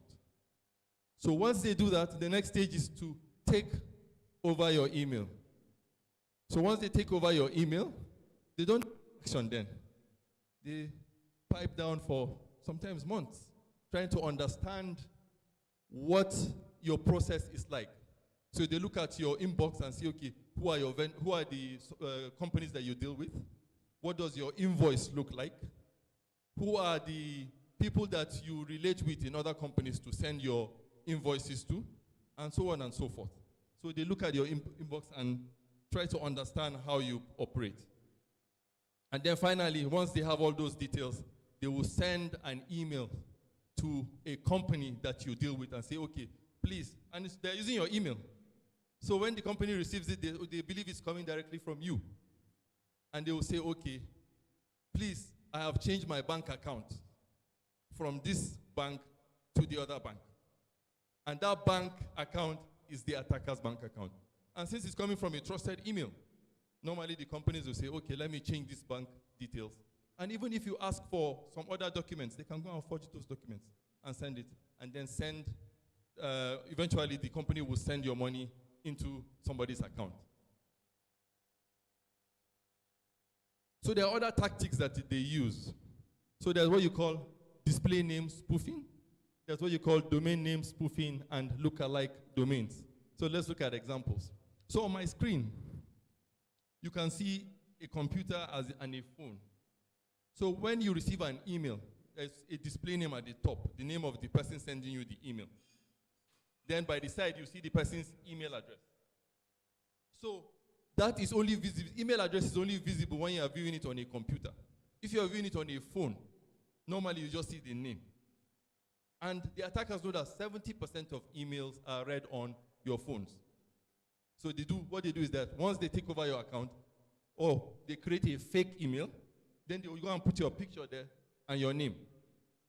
So knowing that most people will look at it on their phone, they will not see the email is coming from. They just believe it's coming from this particular person that I trust. And then they try to defraud you in that way. So that is display name spoofing. They just change the display name. Then we have domain name spoofing. So if you are a company that has your own domain, so for example, you have user@yourcompanyname.com. So that yourcompanyname.com is your own domain. So what they will do is that they will go and spoof, so create an email and pretend they are coming from your own domain and send it to people. So when they see that, they believe that this is coming from your company, and they normally honor those kind of emails. The last one is lookalike domains. So domain name spoofing is very difficult to do now because we have a lot of measures against that. And so what they are doing now is instead of them to spoof your domain, they will go and create a domain that looks like your domain. So for example here, this is PayPal. I'm sure we all know who PayPal is, right? Okay. So if you look under now, it's PayPal at paypal1.com. So instead of L now, they replace it with 1. And so if you don't look at it closely, you think it is L. And you think it's coming from PayPal. So this is an example of lookalike domains. So why should we care about this kind of attack? This kind of attack is the costliest attack in terms of cybercrime against companies in the world. In only 2020, the amount lost was about $1.8 billion the companies lost to this kind of attack. So it's very potent and very, very common. Number two, 93% of these attacks are against energy and infrastructure companies. We are an energy company, Anogas. So it's companies like us that they target. So they come through our vendors to try to get money out of companies like us. And then 55% of this kind of attacks are vendor email compromise. So I told you there's what you call business email compromise, which is like the bigger kind of attack. Then the specific type we're talking about now is vendor email compromise. So 55% of business email compromise are vendor email compromise. So what are symptoms for you to know maybe your account has been compromised?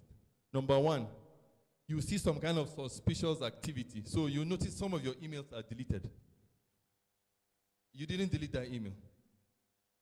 So that is like something fishy. You should go and check to be sure that your account has not been compromised. That is one.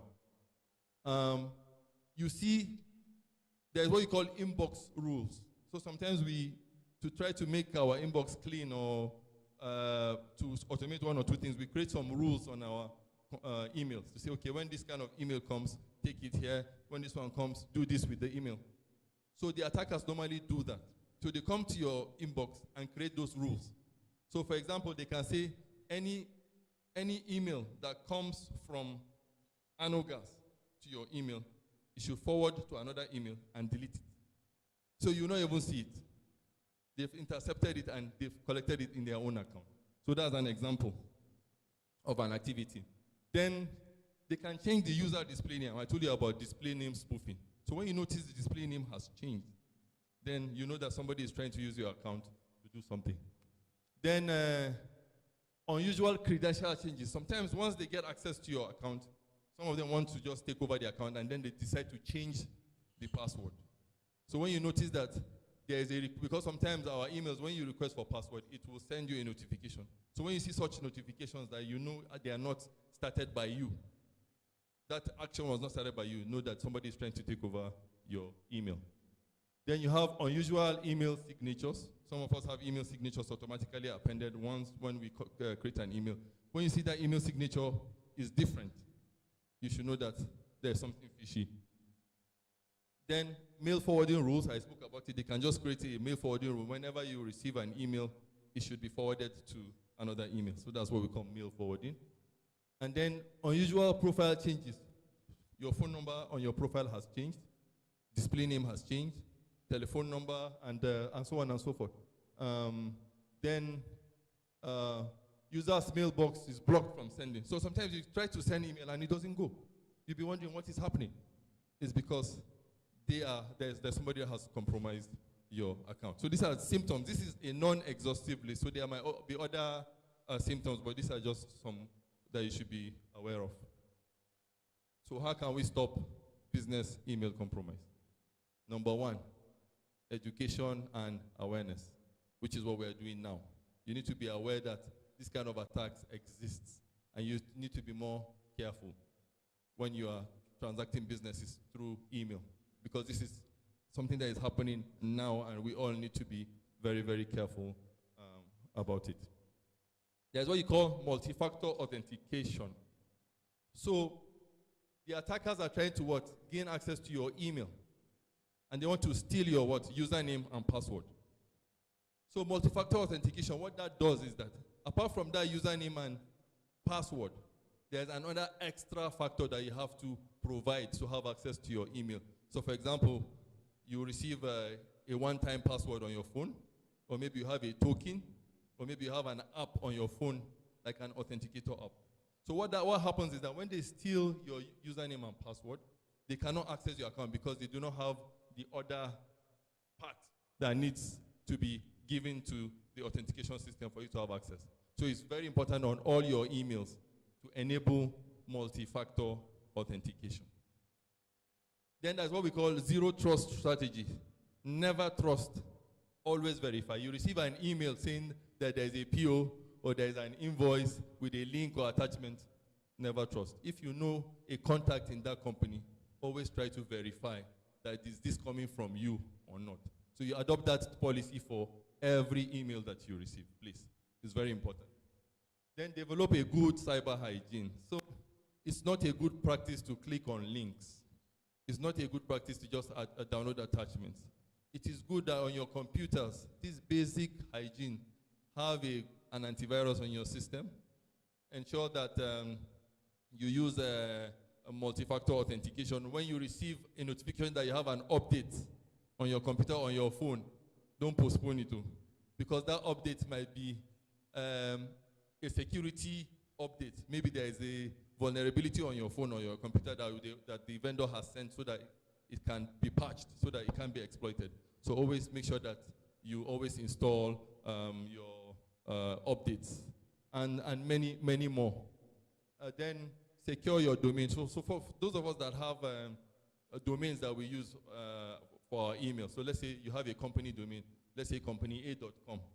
Let's say that's the domain of your company. Try to look for domains that look similar and also buy those domains. It's a very good practice if you can do that, so that an attacker will not go and buy a domain that looks like your own and try to defraud other companies. So that will be all from me. Thank you for listening.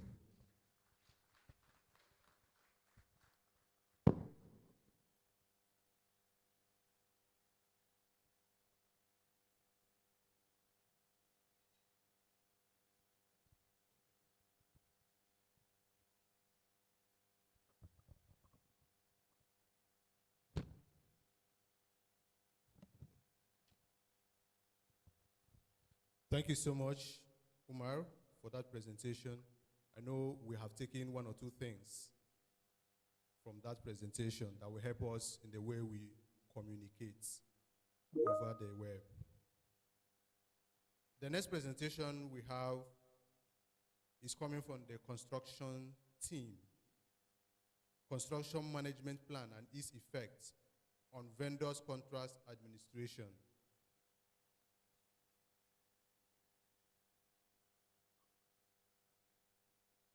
This topic should have been presented by the manager construction, but he is unavoidably absent.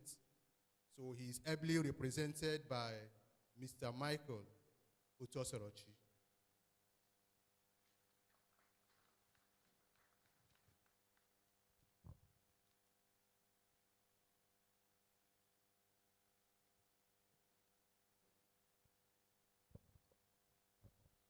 Okay, thank you everyone.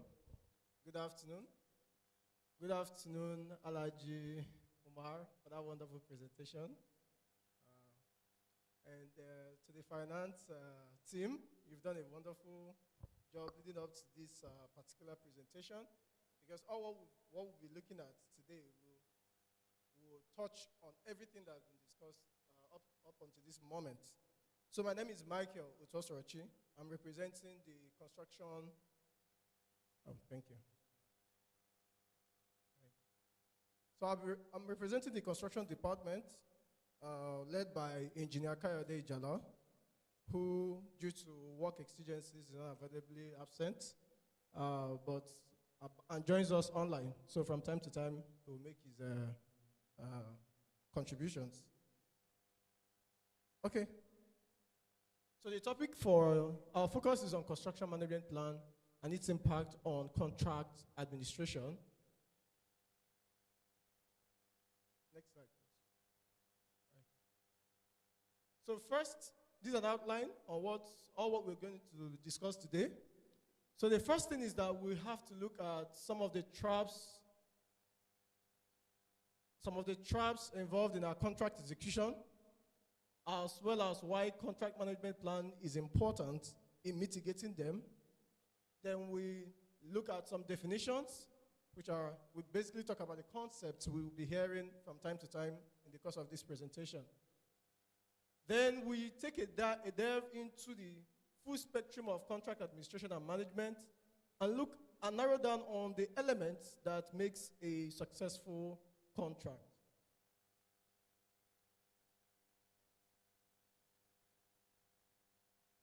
Okay, so the slide here shows us a typical construction site. Hope you all can see this. All right, so can I get one or two observations from the audience on what you can make out of this picture?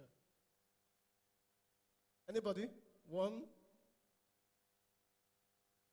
Okay. Nobody. So we'll try to make this as interactive as possible, right? Okay. So what we see here is a typical construction site. First, you see that the expectations of the customer has been poorly transmitted to the project leader. So this is what the customer wants on the first picture, but you have how the project leader understood it. Then how the analysts, the programmer, the business consultant described what the initial customer or client, in this case, has explained. So this is a typical project site, like I said earlier, and you have a lot of interdependencies across the different functional units involved in this contract or construction delivery. One key thing we'll understand is that expectations can be poorly communicated, right? And that is where construction management plan comes in. It comes in to close that gap between what the expectation of the client is and what the delivery of the contractor is as well. So it helps you communicate the key performance indicators, which should be specific, measurable, achievable, realistic, and time-bound. So sometimes you have a client who communicates what he wants, but when you go to the market, you find out that it is difficult to meet those demands, right? Right? Exactly. So with the construction management plan, you're able to maintain good interface management between the client and the contractor.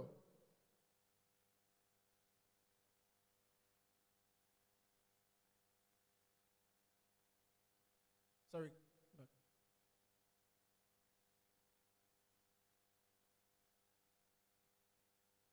Okay. So we'll take it from here. What makes a successful contract? Or what makes a contract successful? Looking at this chart here shows all the efforts that go into the contract administration down to the contract management and delivery of the project, right? So we have subject matter experts from the legal department, from the technical department. They all come together, put their heads together to develop a contract.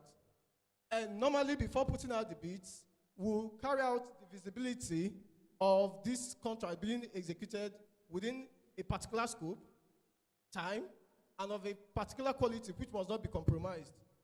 Now, we check to see the capabilities of our vendors. And based on that, we put out an ITT, which is the invitation to tender or RFQ, depending on what is applicable. But what you see is that you get a lot of vendors. The contract goes to the highest bidder or to the best qualified contractor, which is what you have in the middle line. But what you observe, or what you get is that during the actual execution of the contract, you have that line, the actual line. That is what you get. In our typical environment, the contractor begins to do what you have there, and if left unchecked, the expectations of the client, in this case, AGPC, begins to erode. So what you have is the contract management or construction management plan helps you to, from time to time, communicate what the expectations of that contract is to the contractor or to the vendor or supplier, as the case might be. So it helps you close that disappointment gap, maximize every benefit available to both the client and the contractor, and helps to minimize every risk. Because at the end of the day, we want to do business with you continually, right? We don't want it to be a one-off thing. So what you have is, you have vendors who just come in, submit their bids. You understand? And after winning the contract, they go out, they start running around looking for how to deliver on what they have promised that they will do. So the contract management plan helps you to do that. All right, next slide, please.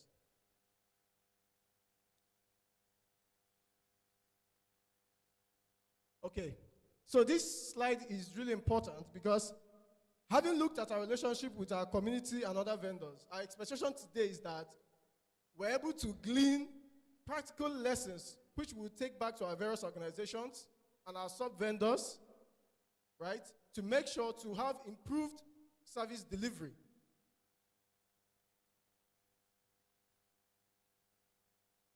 So, taking us through this slide gives us the full spectrum of what is involved, starting from the pre-construction phase to the closeout. The pre-construction phase, like we've earlier looked at, talks about all the processes that go into developing that contract. And we understand that a contract is legally binding, both on the client and the customer. So in an ideal state, the contract, once issued, should be executed as planned.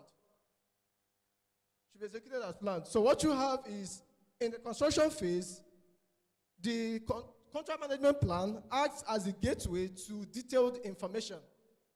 So even as a contractor, you should have a contract management plan or a construction management plan. You don't just come to site, you've won the contract, so you come to site and start working. You must be able to show that you understand the technical details involved in the contract you've just won.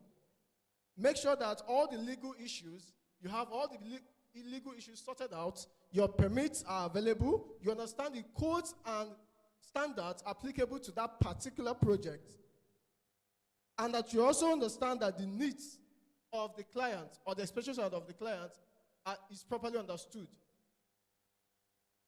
Then comes the next phase, which is the planning, budgeting, and scheduling. There's a popular saying that goes that he who fails to plan, plans to fail, right? So this is very critical in the contract execution. You must understand what is needed in this phase. This planning speaks to your method statement, right? It speaks to how you plan to carry out the different deliverables that have been captured by that contract. And the cost control, it's just like a market man or a market woman who wakes up in the morning and goes to the market without a plan, without a list of what you want to get. You might end up buying, one of our markets, might end up cooking different soups. That really makes no sense at the end of the day. So your planning, the budgeting, which speaks to your cost control methods, and your scheduling, which speaks to the milestones you have set for yourself. By social time, I would have accomplished these milestones in the life. Remember that our project, in this case, annual gas project, which is a gas processing project, has specific timeline attached to it. We want to deliver this project in 2 years. We want to deliver this project. So if you are one of our vendors and you're expected to deliver on what has been listed in that contract, you should be able to have the planning, the budgeting and scheduling that will enable you meet our deliverables. From there, you go to your procurement. The procurement speaks to how you obtain your equipment, right? For a contract that will last for two years, and you have long lead items, which are items that you need to procure on time, you don't go sourcing for these items in the second year of the contract. In fact, before you submit your technical submissions to us, it must be captured that this is my plan. This is what I have in place to do. I must make sure that I order X, Y, Z at so time, so that during this time, I have them on ground. It doesn't delay your project, because we as a company frown a lot at variations to any deadline given to you, because it has direct impact or bearing on the cost or the schedule for our project completion. So it is at this phase that you're able to do all of those things. And again, it is important to mention that, like I've just said, your delay in timeline also affects us directly. So you can have a feedback mechanism or a feedback effect on our own planning, budgeting, and scheduling. Then we go to the construction phase properly. The construction phase is where we start your deliverables. You get that point? We'll start seeing the impact of all the planning, the scheduling that you have done during the life cycle of during your planning phase, pre-project planning phase. So we start seeing the impact. But how do we do that? We monitor and we control. We want to see your quality management. We want to see your HSC, right? We want to see your HSC performance. We want to see your PMS. If you are mobilizing any equipment to our site, we want to see your pre-mob certificates, because that shows us that you are really, really prepared to deliver on what have been promised, have been issued, right? Then the documentation and review. For engineering drawings, as we saw in the initial picture, the customer, what he explained initially, may change during the life cycle of the project. By interface management, some things begin to get clearer as we proceed on that contract delivery. You have that this documentation, at this phase of the project, we're able to identify punch lists, which is like a feedback to the contractor to go back, make sure you complete all these things, right? In preparation for your work completion certificates, as earlier stated by the finance team. Because it is that these certificates enable you to submit your invoice to us for your payment processing. When all of this is done, we go to the closeout phase or the extension, depending on the type of contract you have with us, right? So you want to make sure that all of this, the pre-construction phase, the planning, budgeting, and scheduling, procurement down to your document review does not affect the overall schedule of our project. Next slide, please. All right. So this kind of summarizes all what we've been talking about. It captures the framework which we use to monitor these processes. Here we have the contract administration, like we explained. They are more, they are administrative. They are everything that goes, these are the processes or the planning that goes into making sure that this contract is optimal, both to you as a contractor and to us as a client, right? So it speaks to the budgeting, the planning and cost control, and you see that there is a feedback mechanism. These are all connected. So whatever you do at the execution phase goes back to affect what we have in our contract administration phase. So they are all linked together. The contract execution, we want to see your work methodology, your method statements. We want to see that you have a strong and healthy QA/QC system, right? We want to make sure that your, like our project services manager mentioned earlier, safety is very critical in our operations. We also want to make sure that your processes are also safe and does not in any way undermine our own safety culture. We want to make sure that there is interface management, improved communication. You're able to communicate to us whenever you have any form of hitch. Again, if there's any need for review, it goes through the change management. It goes through the management of change. So this is properly captured, and where necessary, we make reasonable variation because generally we frown at any variation to our schedule, our cost, and our quality.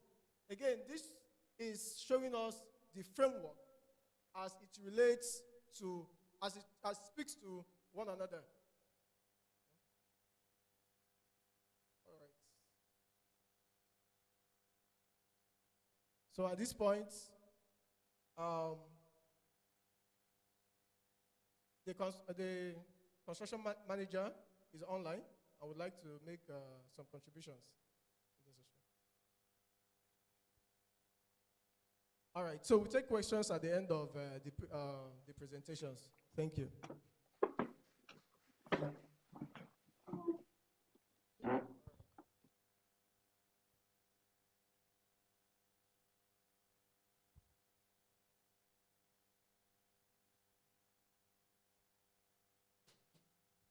Thank you so much, Engineer Michael Otuasorochi.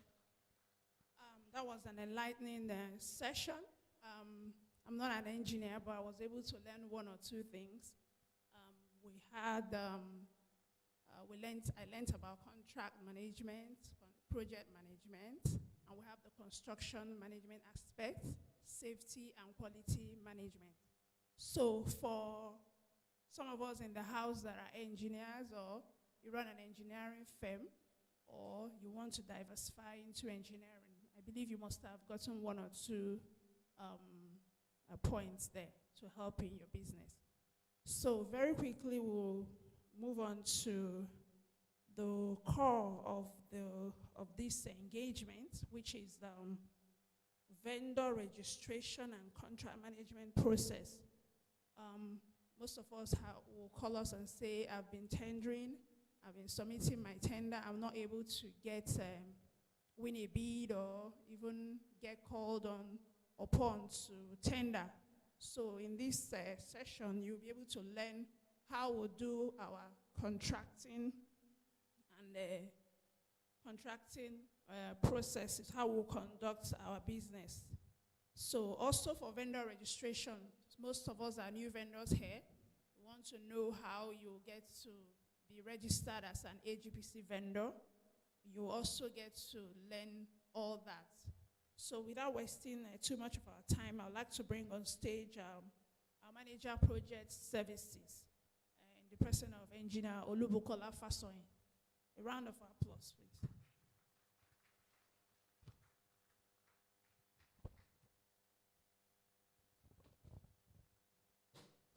Thank you. Still standing on existing protocol.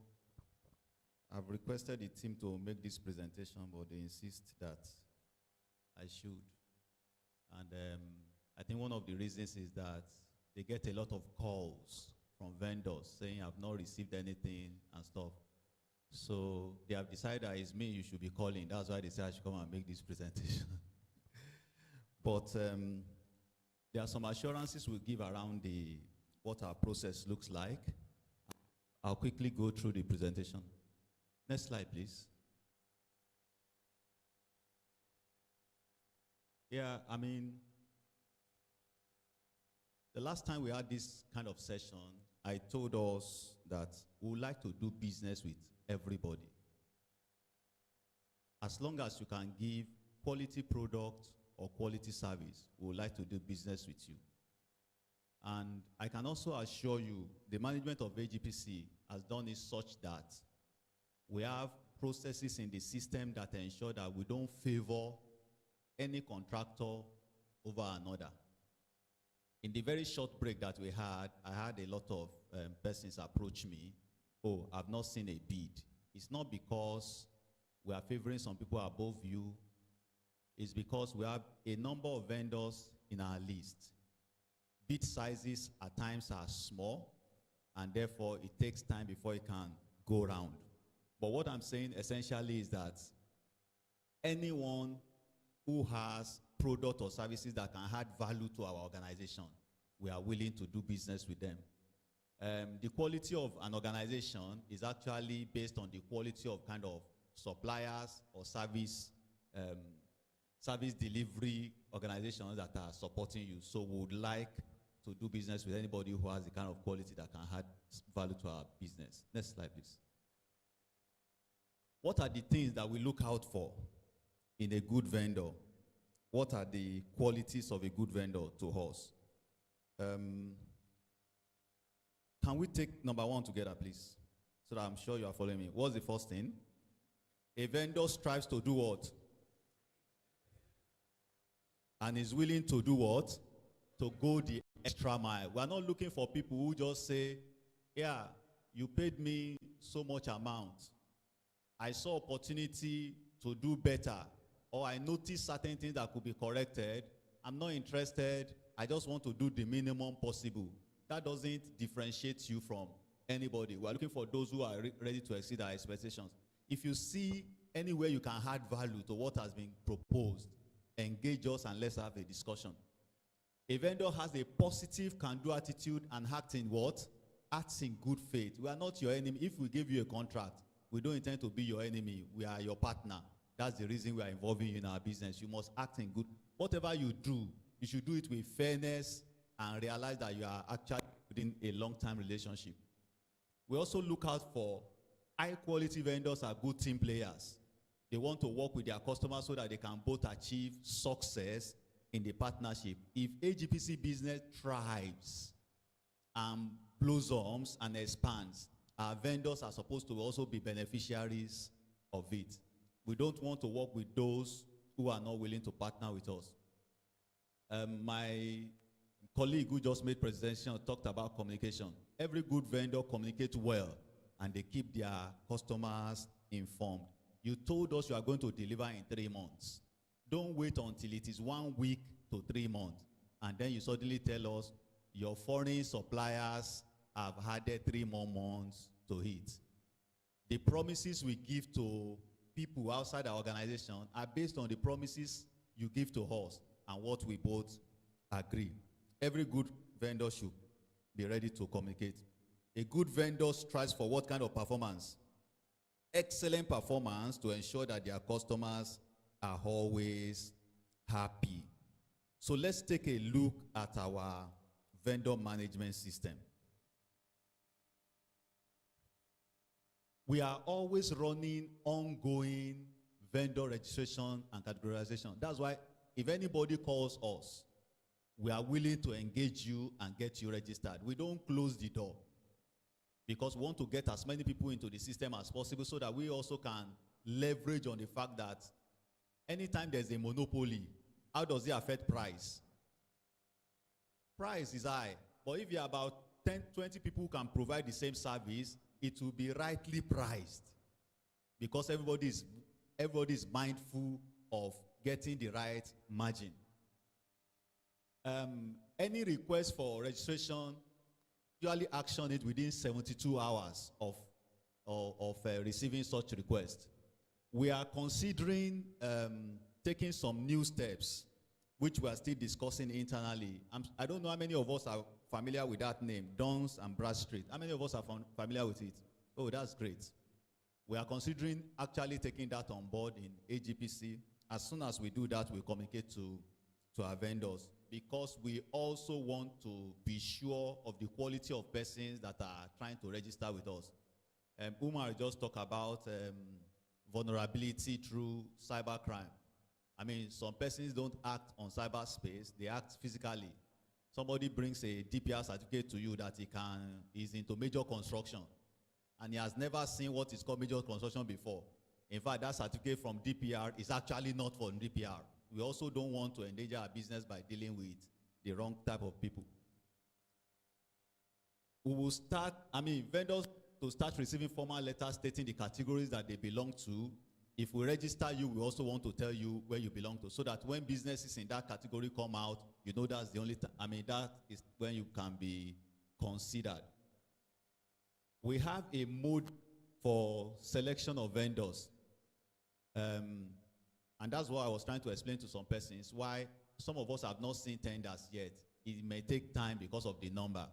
But we have a way of ensuring a balance between those who have worked before, those who have not done anything for us before, and maybe those who failed in previous bid.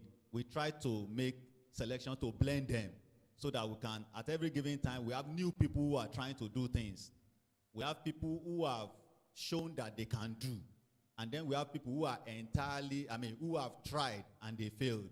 So that it's not that, oh, I failed in January and that's why I never saw anything again until January next year. We try to make a blend. So if you have not seen anything at all, it's not because you have been, it's not because somebody is trying to work against you. It may take some time because of numbers. Vendor deregistration. Because we have a way for you to enter, we also have a way for anybody to be exited. There are things that somebody can do that can get them out of the door for us.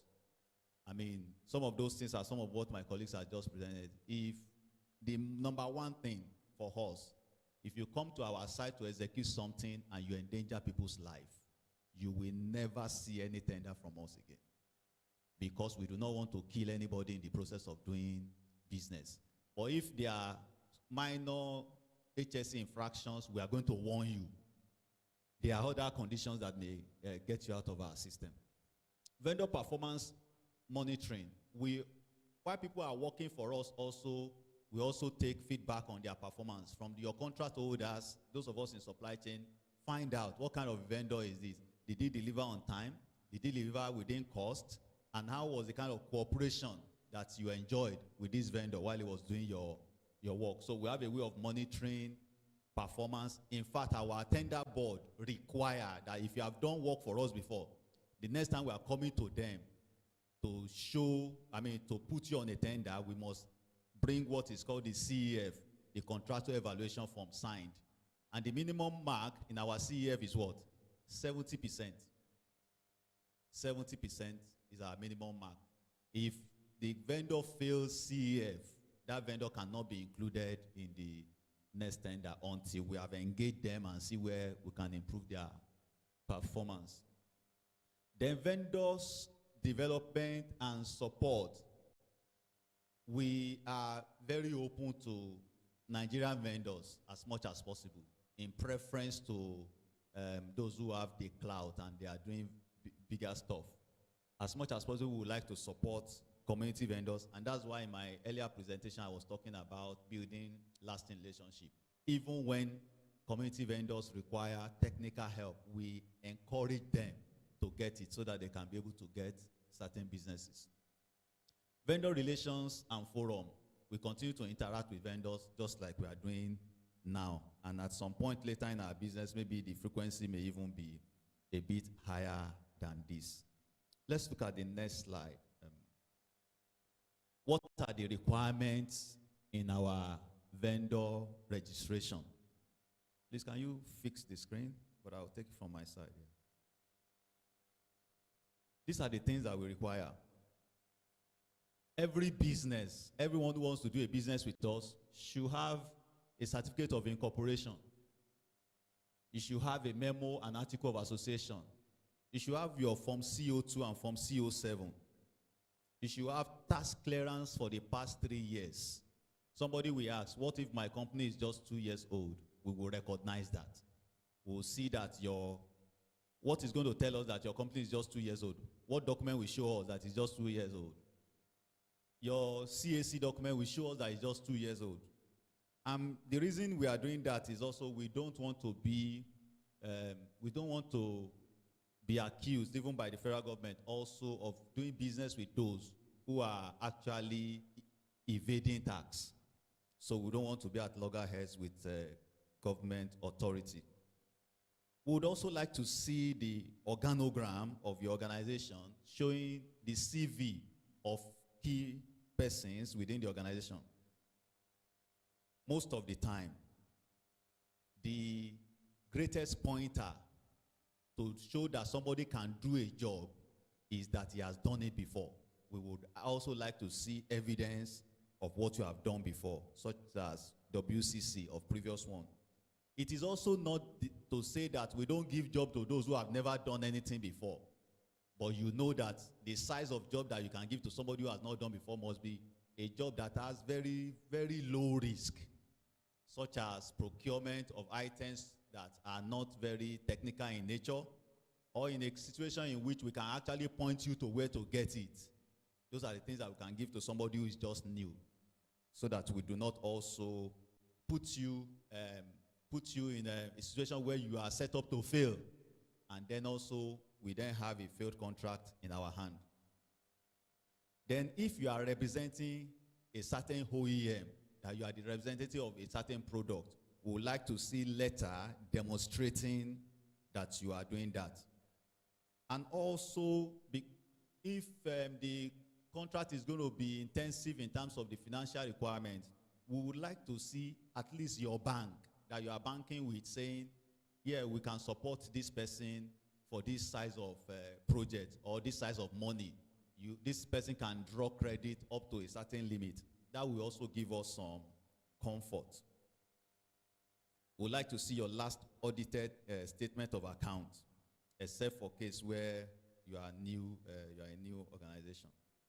And like the one I mentioned, a valid DPR permit. We are not permitted in the oil and gas industry to do business with anybody who DPR has not given a permit. Also, we would like to see your current insurance coverage, workmen compensation.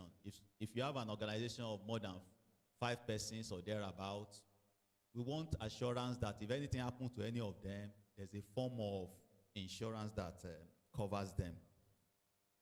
Very importantly, just like the MD's speech that I read the other time, your HSSC policy, we want to see the managing director of that organization state clearly the policy of the organization on the health, safety, and environment of the organization. Similarly, we would also like to see your QAQC control manual. These are the items that are required for your registration. The same email that we sent invite to will at least provide this, so that if you have at any point applied for registration and you have not been registered, just check through this list and see whether there's anything that is outstanding there.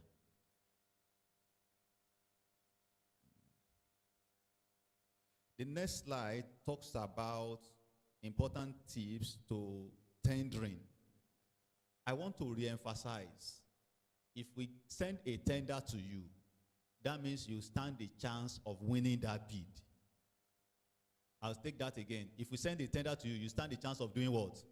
Of winning the bid. You don't need to know anybody in AGPC to win a bid. Once you get the tender documents, read the instruction very well when we send it to you. If we send to you a tender document, specifications will be there, how we want you to even submit will be there, how we want you to present your submission will be there. If you decide to do it your own way, oh, the table they provided is not the type that I would like to use, I would like to do my own, we will not look at it, because it will give us issues trying to compare your submission with other people's submission. We don't want to modify your submission before we are able to evaluate it. Don't deviate from the pricing schedule. If the pricing schedule is 3 item, rate plus quantity, don't do your own design. Don't say, no, me, I prefer to put it as lump sum rather than rate and quantity. It will give us issues. So rather than create that problem for everybody, we will just isolate that particular submission. All communications on tender must be by email. You don't need to carry phone and tell somebody that I'm dropping it in some case, or do I send it to you privately? No, the same email that sends you the tender will tell you the email to submit to. Only bids that are submitted to that email address are the ones that we access. Any other one, we don't access. Even if you have our personal email and you submit, I'm not obligated to respond to you to say, please send this somewhere, because I may not even look at it, because I'm not expecting such mails in my mail. Any clarification should be sent to the other one, that's procurement at Anogas. If you have questions on the bid, if you have an idea of how it should have been presented other than how it was presented, send it to that other, procurement at Anogas. Like I said, any submission to any other email, either an AGPC staff, will lead to disqualification. If you send to our private emails, and we're not the one that sends it to you with private emails, you will be disqualified immediately. What we usually do is that when we receive that mail and if we are lucky to have seen it, we just forward it to Umar and his team. What they will do is that they will authenticate that it actually came from you, and once it's authenticated that it came from you, you are disqualified from that tender. Whether you send to the right one, again, you are disqualified, because it may be seen that you actually want to compromise us in the process, and we don't want to be compromised. All acknowledge email or send regret. Always acknowledge emails or send regret email if you are unable to bid. It's good practice. Once you have received, send that you have received. If you are not willing to participate in that particular tender, also send a mail and say, sorry, I will decline to bid at this time. It doesn't mean that we are not going to send you another one. At least we know that either your hands are full at that time, or you feel that you don't actually want to do this particular business at that time. The next thing is our bid process. Next slide, please, so that we just go through that. The first step is that we send you the ITT, RFP, RFQ, RFI to all registered vendor. That's the first process. What's the meaning of RFP? Request for what? P, RFP. For proposal, and the other one is quotation, and the other one is RFI is what? Request for information. So when we have sent that to you, after the due date for submission, we do a bid opening. It can be virtual, it can be physical. You are not involved in that. That is done internally. And our internal team is always constituted. No single person opens bid in AGPC. You either have about 3 persons or 4 drawn from different groups so that we can ensure transparency. Then we go through evaluation. For very technical items, there are 2 stages of evaluation. The first one is technical. And what do we look out for in technical?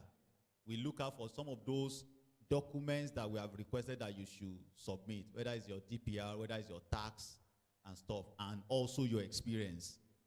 A team of about 4 or 5 persons independently go through it and they score you. So your mark is not determined by one person. And most of the time, those individuals are not even allowed to talk to each other until they have made their submission. So you cannot say it's because I've offended one person, and that's why they failed me. And I can also tell you that even after that evaluation, there are other layers. When the team submit their evaluation either to the contract engineer or to the lead procurement, it comes again to me. And my job at that time also is to just look through and be sure that there's no mistake in terms of the scoring, and that the scoring also reflects across board. For instance, let's say one party score you 10 and another party score you 3 on the same item. Immediately I know that something is wrong.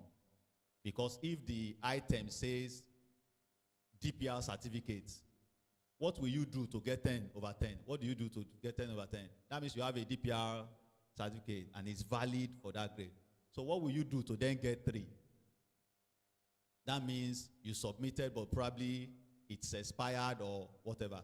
They can't both see different things for something as specific as DPR certificate. So we do all those correlations to ensure that the mark that comes out is actually reflective. And after that, after the technical evaluation, we score everybody. We have a cutoff mark also for our technical evaluation. Chairman, what's our mark? What's our cutoff? 70%. 70% is our cutoff. So all those who score 70 and above, they then progress to the next stage. And what's the next stage? Is the commercial evaluation. We then open your commercial submission. How much did you say you are going to do the job? Because you passing 70% of technical means that anybody who has passed 70 can do the job. Any of them can do the job. So if all of them can do the job and one quote 20 million, another one quote 15 million, the only yardstick we can do now is to now see which of them who can do the job is most cost effective in their submission. We have a situation in people pass technical and they don't get the job. They can do the job, but what's wrong with their costing? Maybe the margin you are looking for is too high, or maybe also you are going through layers of parties for the items you want to buy.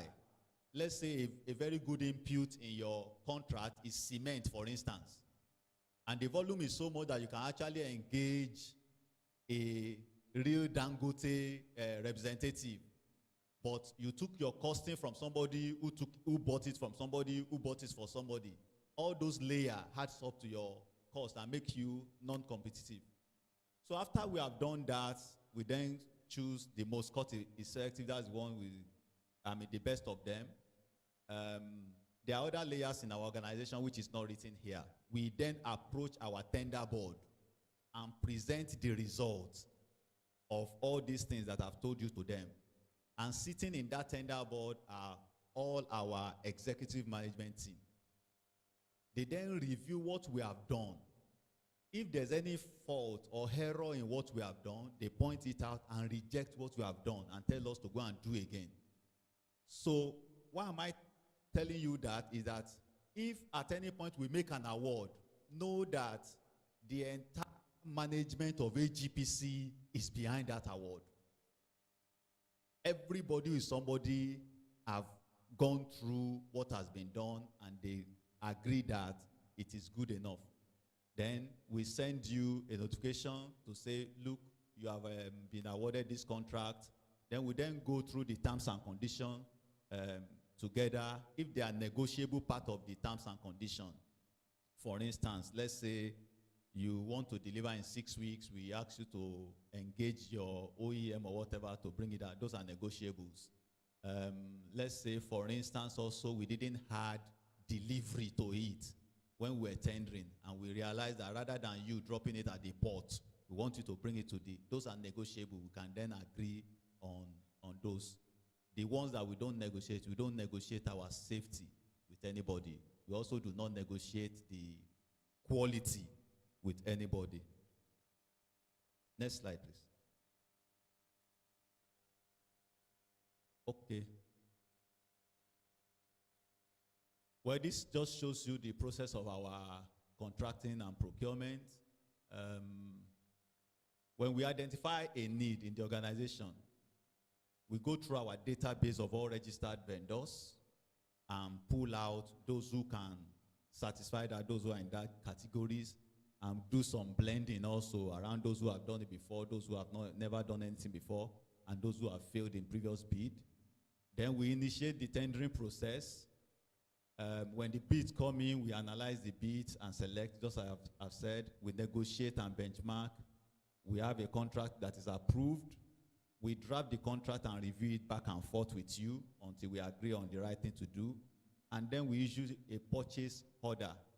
If you don't have a purchase order from us, a PO from us, you are not expected to do anything from us, for us rather. And then when you then start executing, we expect also that you'll be raising your invoice at the right time. You think that you don't need to encourage anybody to raise invoice, but we find out the reality also is that some people do work and they don't invoice. At the end of the day, it's going to bite you. You need to pay people for them to continue to trust you, to support you with their goods, and even your workers to continue to work. So invoicing is also important.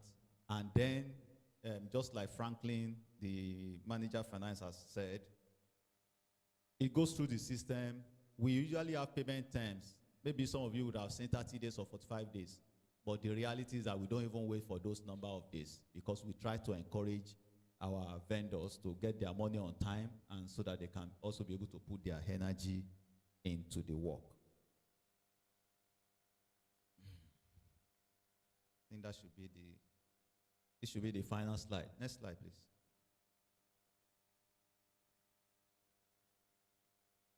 So the process I went through the other time, this is just to give you a bit more detail. After that, I'll just pick a few of them and then I'll talk about the submission timeline. Usually, for high-valued contracts, we normally want to give about 3 weeks, and for low ones, about 2 weeks.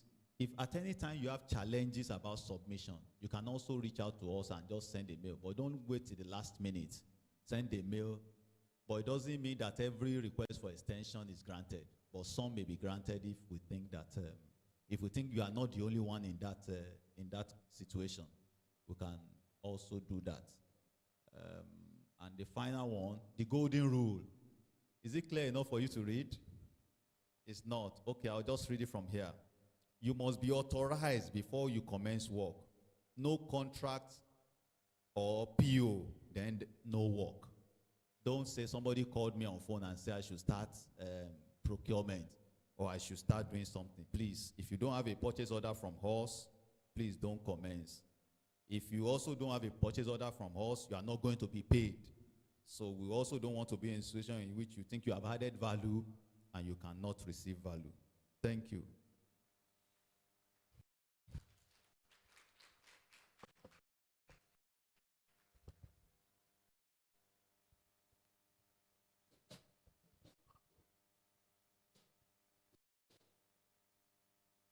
Thank you so much, Engineer Buki, for that wonderful presentation about the procurement process. But he just did justice to it. Just to mention one particular thing that he said during his speech. Submission of bid. When a bid is sent to you, the email address that we use to send the bid is procurement@anorgas.com. But you will be advised to send your bid to tenders@anorgas.com. So if you send your bid to procurement@anorgas.com, it will not be opened. Nobody's going to take a look at that email, because that email is not meant for receiving bid. If you send it to tenders@anorgas.com, no access to that box until when the bid is over, the deadline of submission, then it will be opened. And if you send it to maybe you know somebody's email or something, it will not be opened. Nobody's going to look at it. The next thing we have in our on our agenda is from our regulatory compliance unit. And this is going to be anchored by Amina Mustafa. Amina, please. A round of applause, please.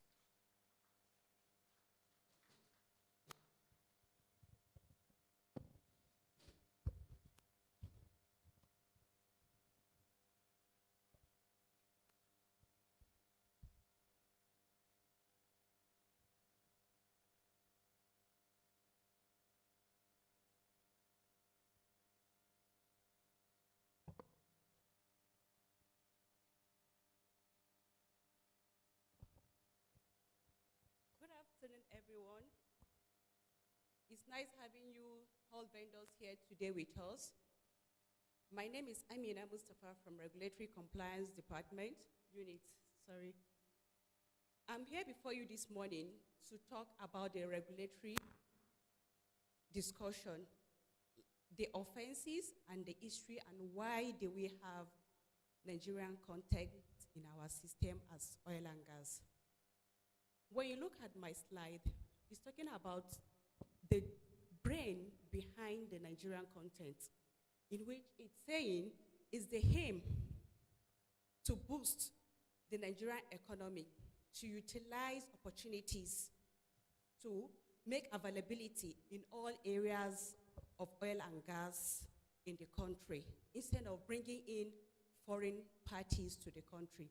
The brain behind the Nigerian content is the oil and gas has been existent. This is the first oil being discovered in 1956. The oil and gas has been going on, and it happens that most of the engagement happening in oil and gas are being delegated to international companies, not local companies. The NCDMB looked at it deeply and find out that the GDP of Nigeria is not boosting due to activities like this. Whereas we own the natural resources, but in-house, we are not benefiting from all these activities being done. When you look at it vividly in my charts here, when the oil and gas is operating, the materials and equipment, we all go outside the country to get them, in which we incur them in high rates of money. When you look at the fabrication as well, same thing happens. We go abroad to do most of these activities. The engineering aspect too, same thing, we go outside the country to do this.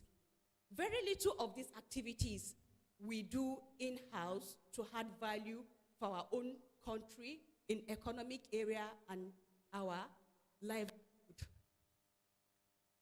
When it comes to giving of job in area of oil and gas, still we employ most of the international bodies to come down to do this job. Looking at the skills as well, the skills are being incurred only for the foreigners. We never look inside to see what are the skills or the capability of people we have in Nigeria that can do same thing like this, and we can groom them to do something better. So looking into it, with the findings gotten by NNPC in 2008, they find out that the estimation of $10 billion are always been getting from accounts, all in the name of activities being done on oil and gas. It goes out the country instead of staying in-house. So they now look at it and said, okay, the National Assembly look at it, if they can have a bill being passed at 2002, in which it was sponsored by the Honorable Chudi Ofedile. He was the one that initiated the bill. But before the time, he lost his election. In 2005 again, they resurfaced this same act to see how they can pass the bill to National Assembly to make sure that Nigerian content come into existence, to see how we can benefit in-house on all activities that will be happening in oil and gas. So the government issued a policy on local content with target of 45% in 2006 and 70% in 2010. This policy trust was domiciled and nurtured by NMPC for 5 years, which was the NCDMB that we all know. NCDMB was nurtured by NMPC for some years before they begin to stand on their own. That is in February 2005. The act was being approved, and 2010 they held to themselves without the interfering of NMPC in the system. The Senate passed the bill in April 2006 of House of Representatives in October 2009, signed into the law by the President, Dr. Goodluck Ebele Jonathan, in April 22nd, 2010. Going forward into my slide, if you look at it very well, these are some of the level and agenda what local content intend getting from us. They believe Nigeria is that concept of local content is not contract awards to be given to, that are not be given to Nigerians. The oil and gas sectors is the driving force of our economy. If we can set up companies that produce components and other requirements of the oil and gas locally, that will be the beginning of our industrialization processes, in which I mentioned earlier on that most activities are done mostly with the international company. We are not looking at the in-house. When you look at the second role, they pinpoint there regarding the act.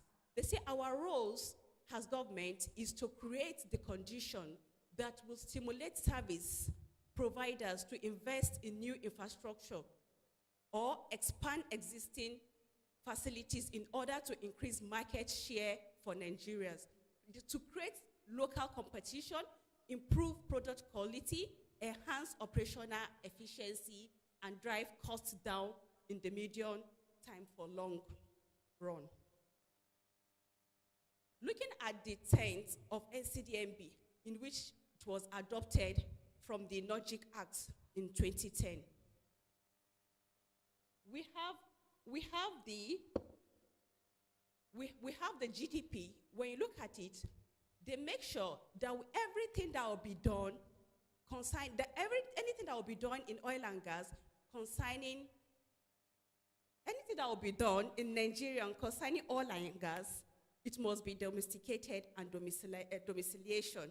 And they must make sure that there's a job creation in the system. And the technology transfer, how do they do things like this? In the technology transfer, working with the international bodies, instead of going out, just getting what we want and bringing it back home, they make sure that they bring the international body down, or we send our own people over there to get the knowledge, and they come back home to make use of it in the oil and gas system. The training aspect, along the line, there are some percentage that are being taken away from every oil and gas project that will be happening in Nigeria. This percentage of money are always being inputted in these trainings.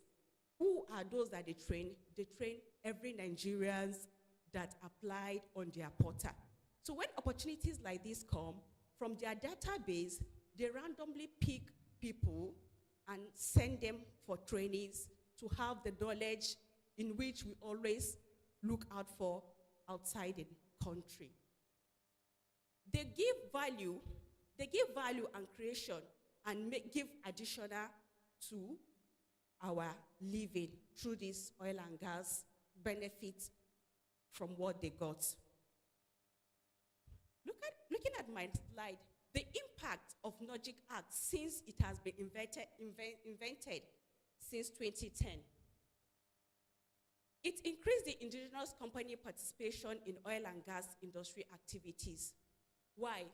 Because all the activities that are being done, Nigerians are being carried along. Because most of our people are being trained in most of what we go out to seek for. It has contributed to growth of the economy by boosting the gross domestic product. The gross domestic product that I showed you earlier on the slide that we're reading $10 billion going out of the company happens to be reading in our GDP now in Nigeria. It has attracted investment worth of $2 billion into the country because they try to bring in business to the country instead of us taking business out of the country. Those are things that they try to make sure it happens under these acts of Nigerian content. They have created about 38,000 job opportunities. Yes, after the training of most of people that they were being fortunate to be trained under NCDMB, at the long run, they find some areas in oil and gas that there is availability of job of what they've been taught. They put them in there to get a job. This source was got from KPG in 2017. Sorry. Key provisions of NOGIC Act in that same 2010 when it has been approved. Okay, the key provision from NOGIC Act to you as a vendor. It's read that jobs from $1 million US, SCDMB will be part of the people that will look into the contracts that will be awarded for you. A Nigerian company defined under the 2010 Act as one in which Nigeria hold at least 51% equity share.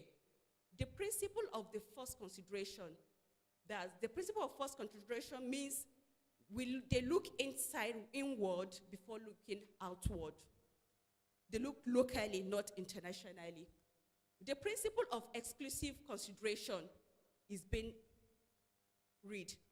Legal services, financial services, and insurance should be done in country. Most of the activities we go out to do, as I mentioned earlier on, they are being done in-house locally. All fabrication should be done in country. These are things that they strictly stand on. Any activities, fabrication, name it, that we usually look outward to travel out to get before we make use in oil and gas, they make sure that most of those things are being fabricated here in Nigeria by our Nigerians. Nigerian subsidiaries of multinational companies must own at least 50% of the equipment developed to execute projects. These are they give advantage of 50% of any project going on in Nigeria, that like the 50% of whatever it to be happening should be Nigerians handling those activities. An indigenous company must own 50% of the equipment and personnel to be qualified for the award of contracts. Here again, they look at it like when you are having a work to do in Nigeria in oil and gas, before you look at the foreign bodies, you look inward for Nigerians must be more than 50% on that project. If not, you'll be fined. These are the advantage that most of you vendors have under this act. The award of contract shall not be solely based on the principle of lowest bidders, where Nigerian companies have the capacity to execute such job and shall not be disqualified provided the value does not exceed 10%. In this sense, they are pinpointing in areas that even if an international body will come in to do any job for us, Nigerian vendors or contractors should be considered first. Okay, reading out all these, there are offenses and impacts that will take place if one violates all their guidelines. The last slide I read to you are some of their guidelines that you need to work with whenever you are operating an oil and gas. In their offenses and penalty, an operator, contractor, or subcontractor who carries out any project contrary to the provisions of the Act commits an offense and is liable upon conviction to a fine of 5% of project sum of each project, or they cancelled the project for him. When you are caught found, there are some percentage of, if they're a bit lenient with you, they could end up getting some percentage of your project as a fine, or they cancel your project for you totally. Looking at the offenses and they give you the penalty, what are the impacts? Impacts like this, it damages your reputation of your company because you'll be listed their blacklist. Whenever they are giving job, they count you out of people that other oil and gas companies should look up to get the job. Like loss of revenue, definitely you don't have job to work on, you have loss of your revenue. Outright cancellation of contract, in which I mentioned, they cancel your contract outrightly, and which means you can be blacklisted. Pay 5% fine of total project, that is, they are even being lenient getting 5% of that project that you are dealing with because you violate their policy. So looking at our community content approaches, what we as AGPC will achieve over the years that we kick off. We've carried out capacity development. We've earmarked certain jobs for our community contractors. When we are giving contracts in AGPC, the first consideration we look out for are our community vendors before going out of Imo State as a whole. We encourage our community contractors to form technical partnership with competent companies. We encourage them, we enlighten them to see how they can work with other company tools as well. We unbundle some major contracts to accommodate community contractors. We provide any information to our community contractors that may be benefits to them in the oil and gas industry. Having some information that could make them have some hedges or opportunities in the oil and gas, when we have them, we share with them. So there's some requirements in Nigerian Content Act if you want to register for like if you want to be part of those that will be trained, that if you want to be part of those that will be trained for a specific job or role, you register with them. The link below is the registration from NOGIC jqs.government.ng. That's the link. You can always dial into the link and you check how the registration process goes. All service providers must obtain Nigerian Content Equipment Certificate. What is this telling us? Like before you have a job with us as AGPC, these are the necessary certificates you need to have to carry on some activities with us. Contract as from 1 million, as I mentioned in my earlier slide, it will involve the presence of Nigerian Content to take part in such contract before it can be awarded to you. We provide HCD training plan in which, as it was mentioned, from our own project too, there are some percentage that is being carried out that we use in training people that Nigerian Content pull out from their database for us to. It's like a give back to the nation, Give Back to the Nation Act. We do so too as AGPC. Don't deploy any expatriates to work in our location without consulting AGPC technical division. This means even if you have a job doing with AGPC, you have a contract dealing with them, if you have a foreign personnel that needs to work with you, you need to seek the consent of AGPC before bringing that expatriate to that project you want to do for us. Complete the project activities report template for all service render. When we give you jobs, you are expected, after you finish your project work, you are expected to fill this form. Because this form, we always use it depending on how we have to have meeting or engagement with the NCDMB, because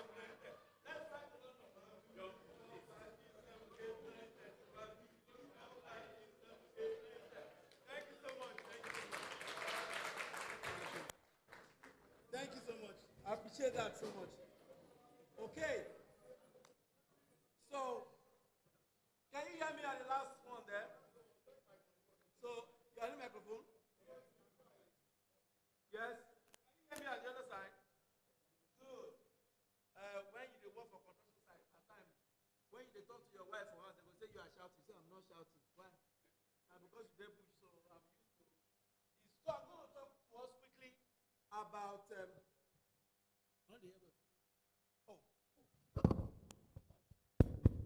So I'm going to talk to us quickly about vendor safety and quality.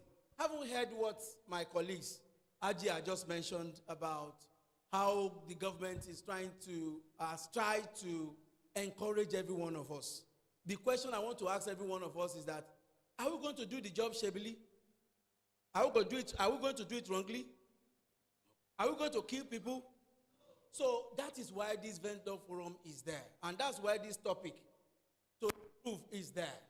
Because we don't want a story that can touch whereby we will say, oh, if we have given it to a white man, maybe they could have done it better. Or maybe if we have given it to a multinational, they could have done it better. I know we can do it. We can actually do it. And that's why we are here today. So my job is very simple. I will run through this, but just to narrate. Because the supply chain is a very, very critical part of our business. In fact, it's a gatekeeper for every one of us. Because if you bring any materials into our organization, that material becomes the weakest link in our organization. And if you bring in anybody into our organization that is not healthy, that is not feeling okay, that person is also an hazard for us at the end of the day. So this thing is very, very important. And that is why we are always looking forward for a way where we can improve our safety performance, improve our qualities. As I mentioned over there, we will see that there are 9 areas that involve this supply chain. 9 of them. I'm not going to talk through all of them. We don't have the whole time, but I will engage every one of us. So, but when you look at it, this is what drives us in our contract documents that we all sign with you. This is what drives us every time that we are, we're having this kind of forum whereby we can talk to ourselves and remind ourselves of the need where we consider safety. Because safety and quality is where personal safety and plant integrity comes together. And you don't know which one comes first, because I always tell people this. Which one comes first? Is it safety or quality? Because if your car is not okay, the assurance is not there, and if you are running, is it safe? But now the tire. So you see now, it's chicken and egg. So that's why 2 of them run at the same time. And that is why I want to talk us through the next slide. Let's go to the next slide quickly. Because we talk about doing the pre-mob, doing all sorts of things that we are doing. Am I controlling it here? Controlling for me? Please, the next one, please. Okay, so now, what are those common risks that we normally introduce into our supply chain or into organization unknowingly? Some is knowingly, but some is unknowingly. Number 1, non-compliances. Don't worry, we can do it. Don't worry, they can go. No, it can't go. We need to do it well, and we need to do it right, because that costs money. The second one is talent shortage. When you don't put the right person. Hey, welcome. I think you can. You did that work for me the other time. Hey, come do it. It doesn't work like that, because if at the end of the day, this job you are doing for us, we are paying for it, and that particular person cannot delay, it becomes what? The weakest link. And that weakest link affects us at the end of the day, because we have our plan to run, we have our business to run, and we need to equally, the company to pay pay me my salary as well. But when there is a problem, you have already eroded that. So we have to put the right person when you are working for us. This will help us to also improve our system. Then when you have a chaotic vendor management, where this one talks about when there are so many issues, the document is not right, we ask this, it's not there, things are not organized, then it also brings confusion. And the moment there is a confusion, there is always an element of risk in that, either from safety or from quality point of view. Then poor choices. We don't want a situation whereby, one of the key things take home here is having discussed, having engaged, we should be improved in our service delivery and in our product delivery, whereby we will be able to say, yes, these contractors have been working for us consistently and they don't have any issues. And this is the time that these are the reminders that we need to send to ourselves. So we need to ask ourselves, what are we doing? Have complaints? Because in our system, we have an evaluation. We evaluate every one of us. We evaluate to make sure that this particular person, did he deliver on time? on quality, on safety, and contractually the way that has been given to him. Then another one is inadequate need analysis.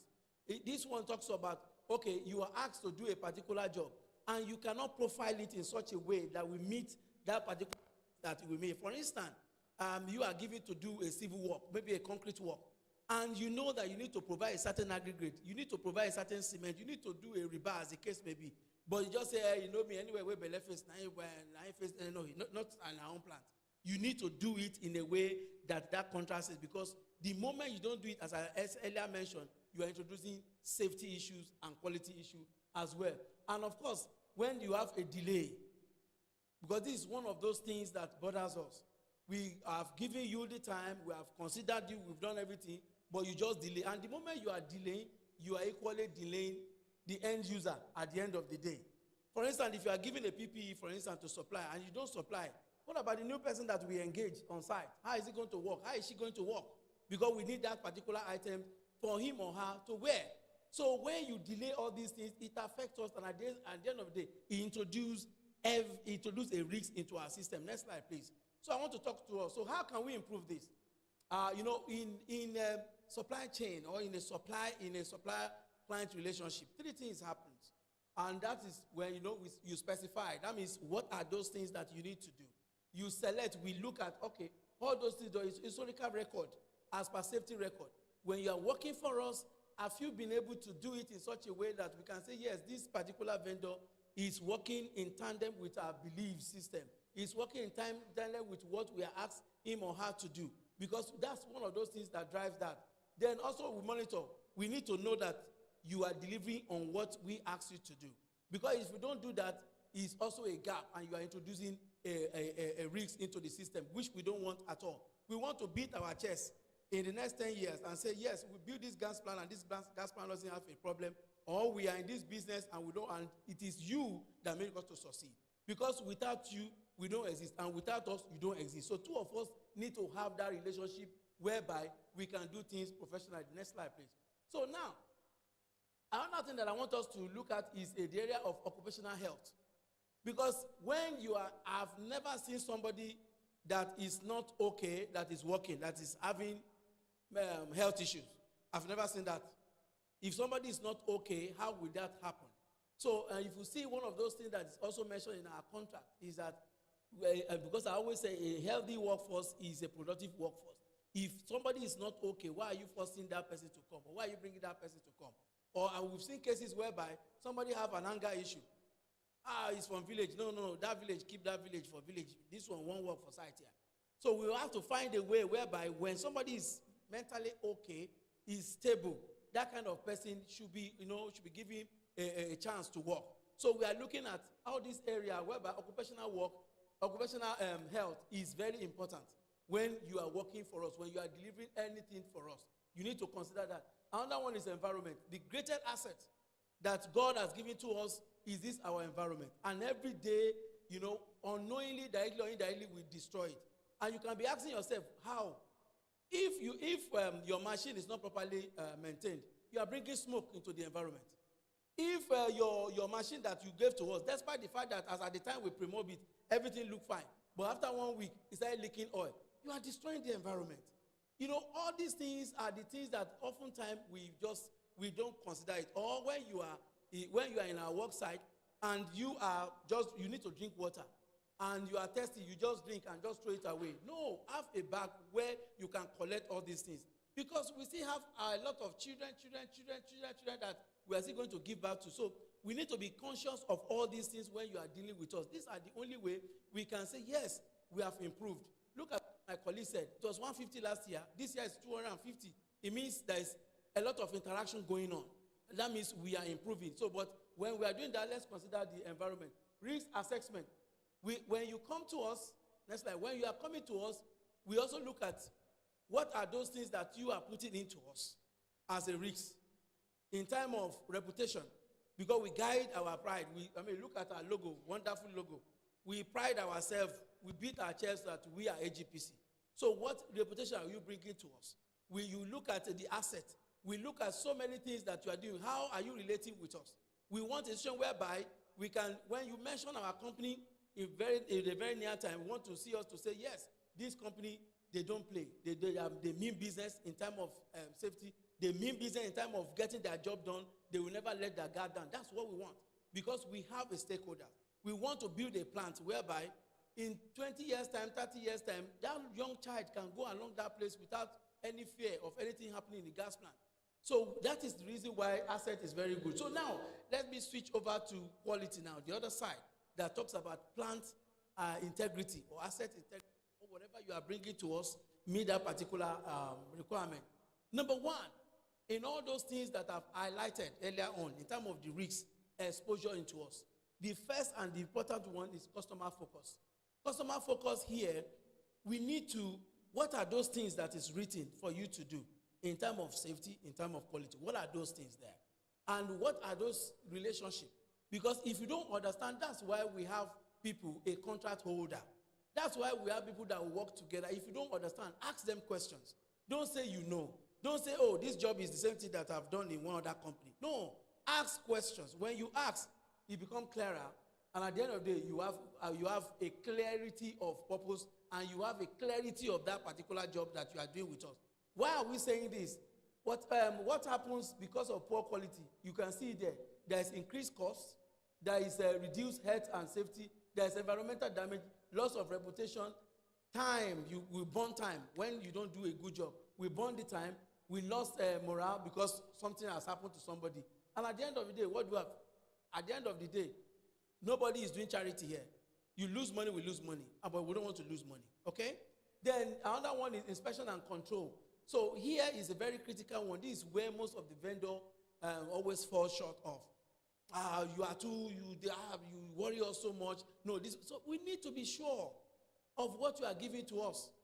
I mean, some of my friends here, some of them are waving me. Yes, it's true you are waving me, but you are waving because last time we met, I was telling you that this particular material you are giving to us is not meeting our requirement, and we are not going to accept it because somebody is using them. So that is why we pay more attention. So this second one talks about the customer focus. We need to understand what are those things that they ask us to do.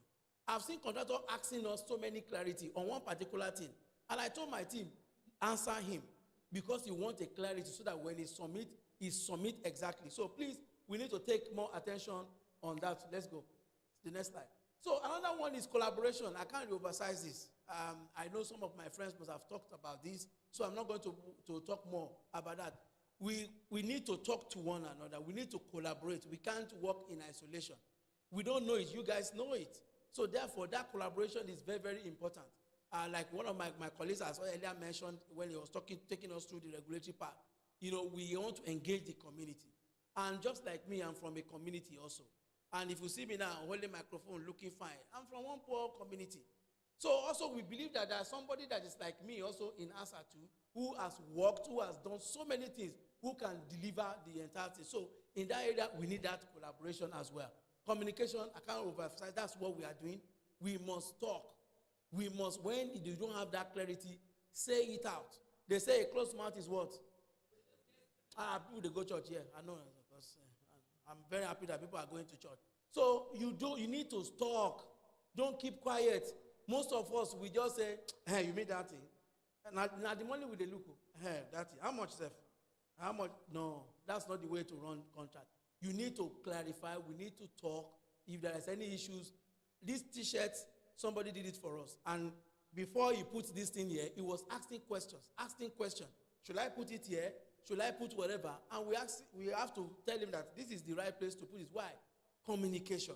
And today, I mean, we can see it's very okay. So assets remain proactive. At times, contractors just say, oh, okay, I've collected the contract. There's no need. No. If there are things that you need to act on, be proactive. Two of us are together. That's why proactive is also part of the collaboration and the communication. Let's always be on top of our game. Let's always continue to get things done ahead of time. Then I can't talk about the assessment because I've mentioned it. Then the last two is very important, that talks about process approach. We want a traceability of how you get the job done. We are organizations that have stakeholders. We are organizations that have management, that is asking us, tell me how this thing is done. If you don't have documentation, how are we going to explain to them? Yes, we can talk, but yes, show me the documentation. This is the area where most of our vendors are lacking. You need to write it down. You need to let us see that thing so that at the end of the day, we can match whatever that you have delivered to us with the contract that you sign. We don't need to assume, oh, I've discussed with him now. We don't discuss. No. In quality or safety, there's nothing like friends. If it doesn't written, it doesn't exist. Do you understand what I'm saying? If it's not written, it doesn't exist, because if anything happens at the end of the day, how are we going to justify the way you did it? Then the continuous improvement is the only way. I want to ask every one of us a question. The Mercedes-Benz of 2020, of 2000, is it the same thing with Mercedes-Benz of 2010? Honda of 2010, is it the same thing with Honda of 2020? Why? Continuous improvement. So we are improving. Are you improving? So you will tell me that. Show me the last one. So in all, vendor safety and quality is where, like I mentioned, where both human elements and asset integrity comes together. Therefore, we can't do one and leave others. Both works together to give assurance to what products or services we provided and about to provide. So such a session has to be taken to make sure that these things. So I just want to thank every one of you for listening, because too much grammar, they bring confusion. May God bless you all.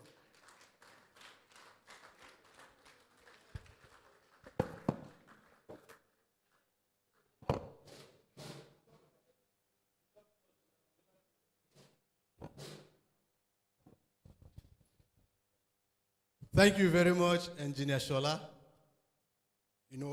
Since we came in, not that we actually forgot, but we purposely reserved it that whenever you come in, you will make us do like this, and do like this, and do like that. Thank you so much, sir.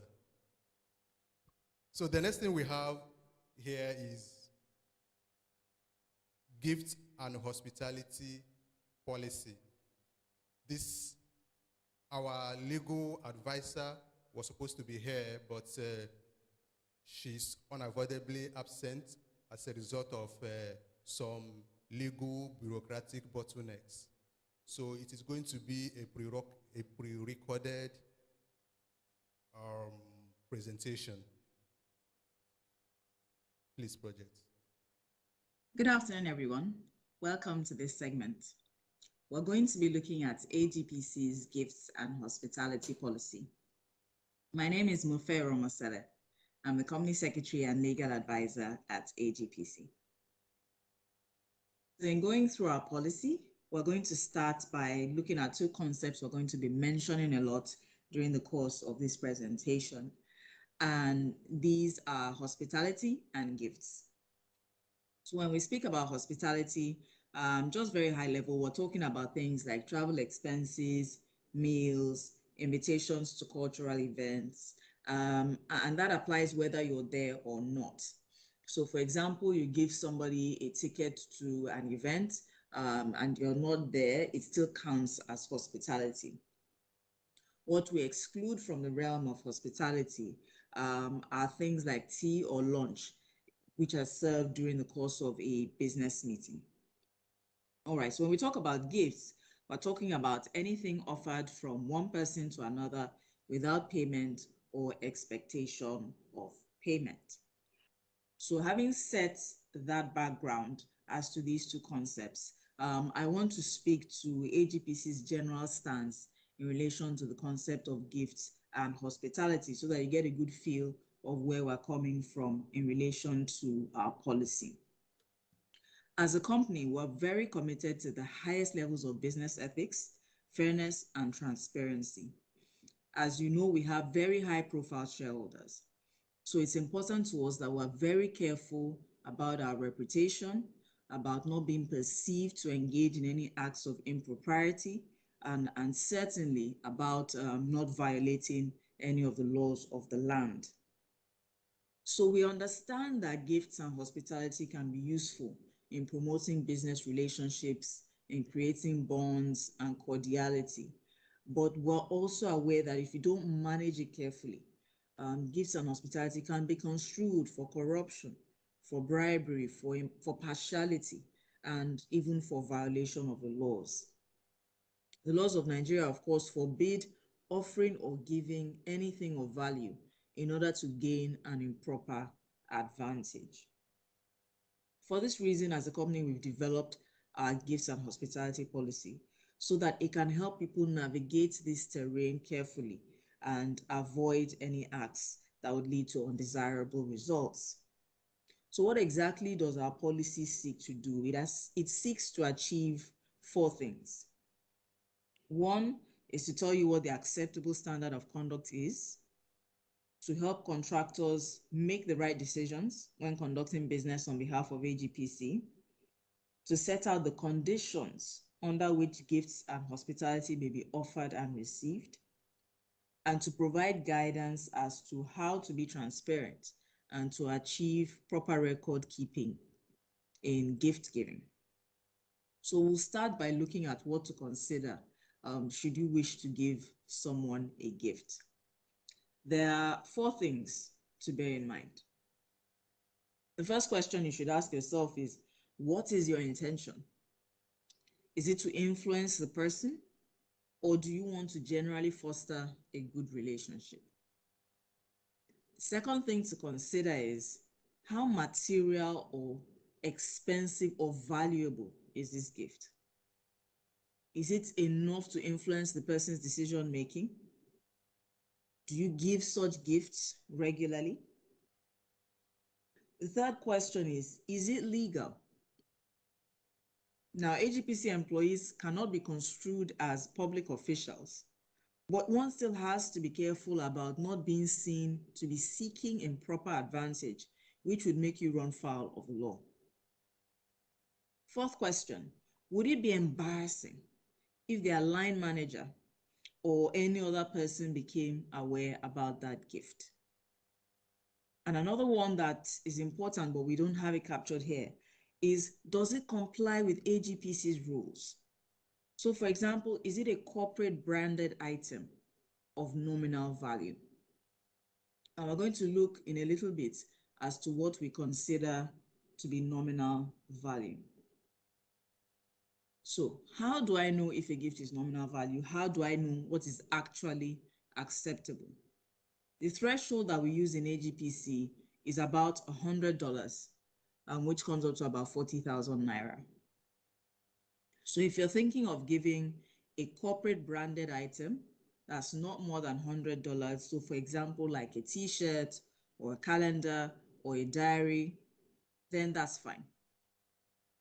The person you're giving, though, has to remember that even though it's an acceptable gift, they would still need to register that gift with our HR department in the gifts register. Another example to consider is if you're hosting a meeting and you have corporate branded pens or notepads on the table, that's okay. That's also fine. And also, as I mentioned before, if in the course of that meeting you're serving tea, coffee, lunch, that's acceptable. The occasional meal, modestly priced meal of not more than 2 in a year is also acceptable. What is not acceptable, however, is if you try to take one of our staff to a very expensive restaurant or for very expensive dinner that you know this person has been dreaming, it will make their world if they're actually able to go and eat in this place. You know, such kinds of offers are completely unacceptable under our policy. An important thing to note is that even within these things we've considered as acceptable, if you're dealing with anybody that is involved in a tender or a bidding process, so anybody in our supply chain team or any other person you've been involved with in the course of your bid or your tender, you cannot give them anything even if it costs just 1 naira. You cannot give them anything at all. So let's look at what the unacceptable gifts are. The first is cash or anything remotely like cash. So no gift vouchers, no bank transfers, no loans. None of these are acceptable. Second any corporate branded item that exceeds 100 USD. So you have some very lovely sets that are going around this period, especially this Christmas period, and some of them come quite expensive. So those expensive sets, wristwatches, things like that that are branded but they exceed $100 in value will not be acceptable. As I mentioned before, anything of value involving parties in the tender or a bidding process, regardless of the amount, will not be acceptable. Similarly, unbranded items like Christmas hampers or bag of rice or turkey will not be an acceptable gift. Of course, anything of an indecent nature is an absolute and complete no-no. It's also important to remember that anything that would cause embarrassment, if it were to come out in the light, should not be offered as a gift. Any gift that has to be kept secret should not be offered as a gift. And as we've mentioned before, meals and drinks taken in the course of a business meeting will not be considered as acts of hospitality. And finally, any gift that you give with the expectation that something should come back in return will not be acceptable. So to recap, what are the things we need to be careful about? One, you have to be careful that whatever gift you're giving is not perceived as a facilitation payment or a bribe. Two, you have to be careful that the person who is receiving the gift does not feel bound to give you any business advantage as a result of that gift. Three, for your own protection, maintain detailed records that documents the details of the gift or hospitality that you gave, so that at any point in time it can be demonstrated that you have stayed within the ambit of the law and within the ambit of our gifts and hospitality policy. And finally, there are consequences for non-compliance, both for contractor as well as employees. So we encourage you to pay careful attention to the guidelines that have been explained and set forth. When in doubt, please seek clarification and have those doubts well explained and cared for before taking action in relation to the giving of any gift. Thank you very much, and we'll be happy to take any questions that you have.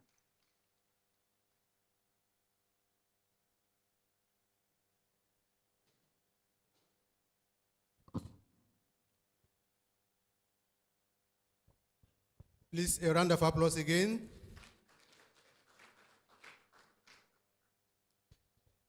Somebody somewhere said, if we do not kill corruption, corruption will kill us. So in AGPC, we have zero tolerance when it comes to corruption. So the message was quite explicit and spot on. We thank our legal advisor in absentia. The next thing we have here is feedback session. And we know that if we allow all of us, everybody would speak. But just for us to manage the time, we just want to call upon two vendors that have actually worked with us to give us their feedback, just a brief feedback based on their experiences working with AGPC. So at this point, I would want to call upon Megastar Construction, the representative of Megastar Construction, to please come forward to give us this feedback. Please let's clap for him.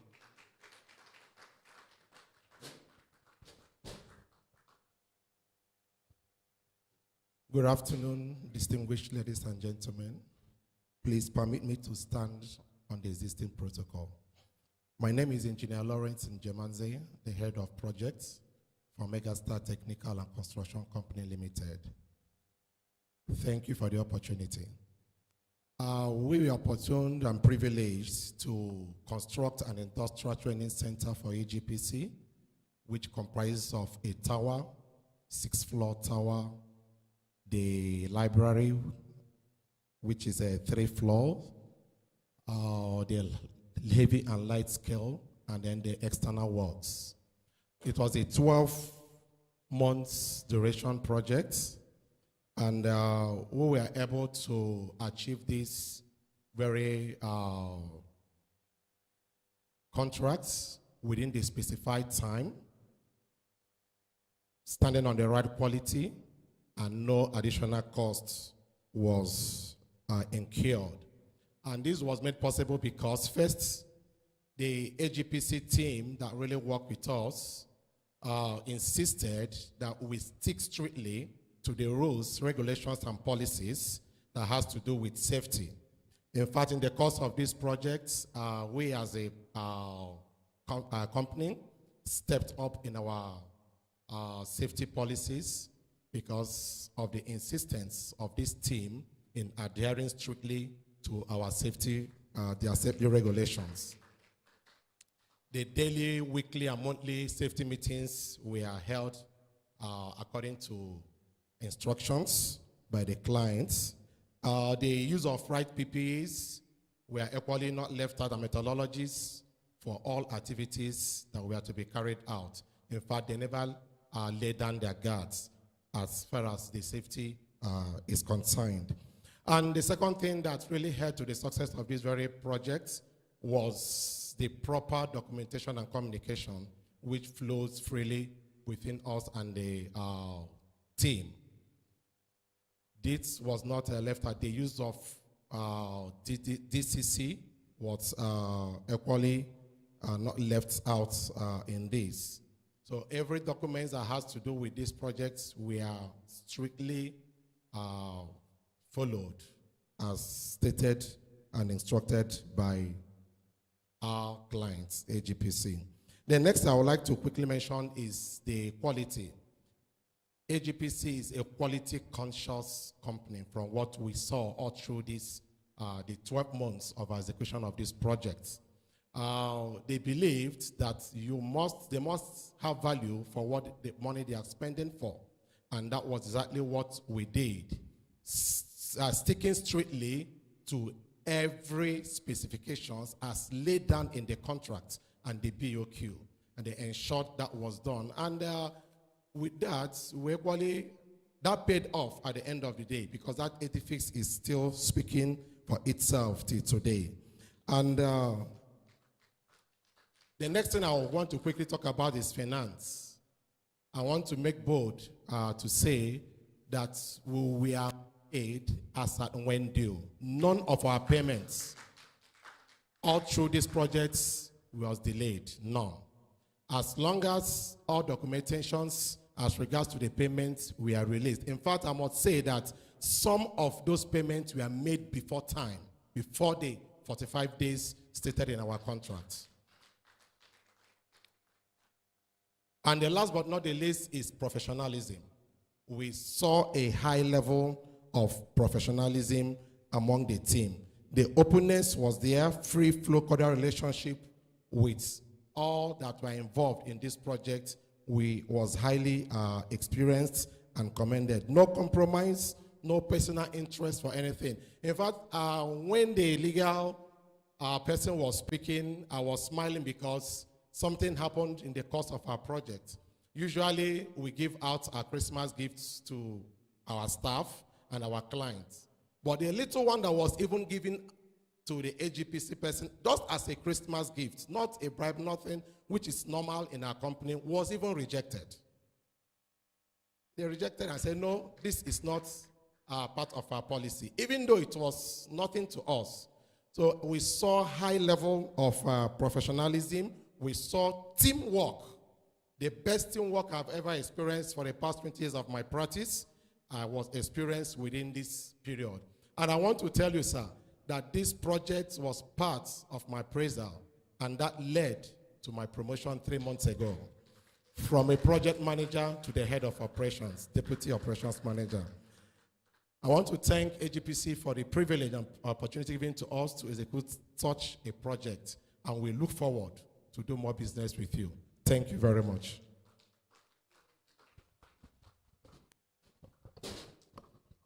Thank you very much, sir. I love the last statement.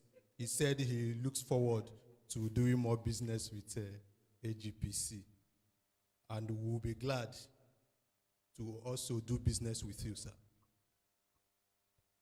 So quickly, I would want to, before we call upon the next company, just to give honor to whom honor is due, I would want to recognize the presence of our project execution manager in the presence of Engineer Ubina Madumere, here with us.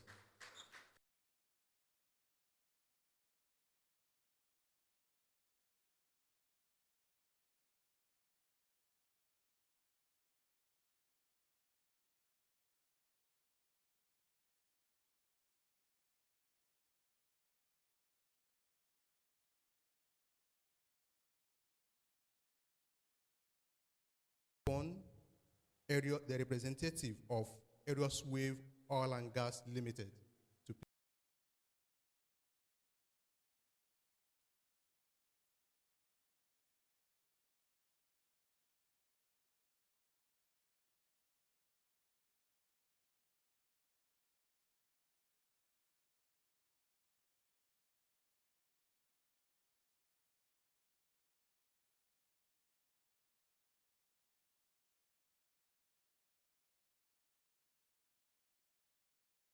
To recognize manager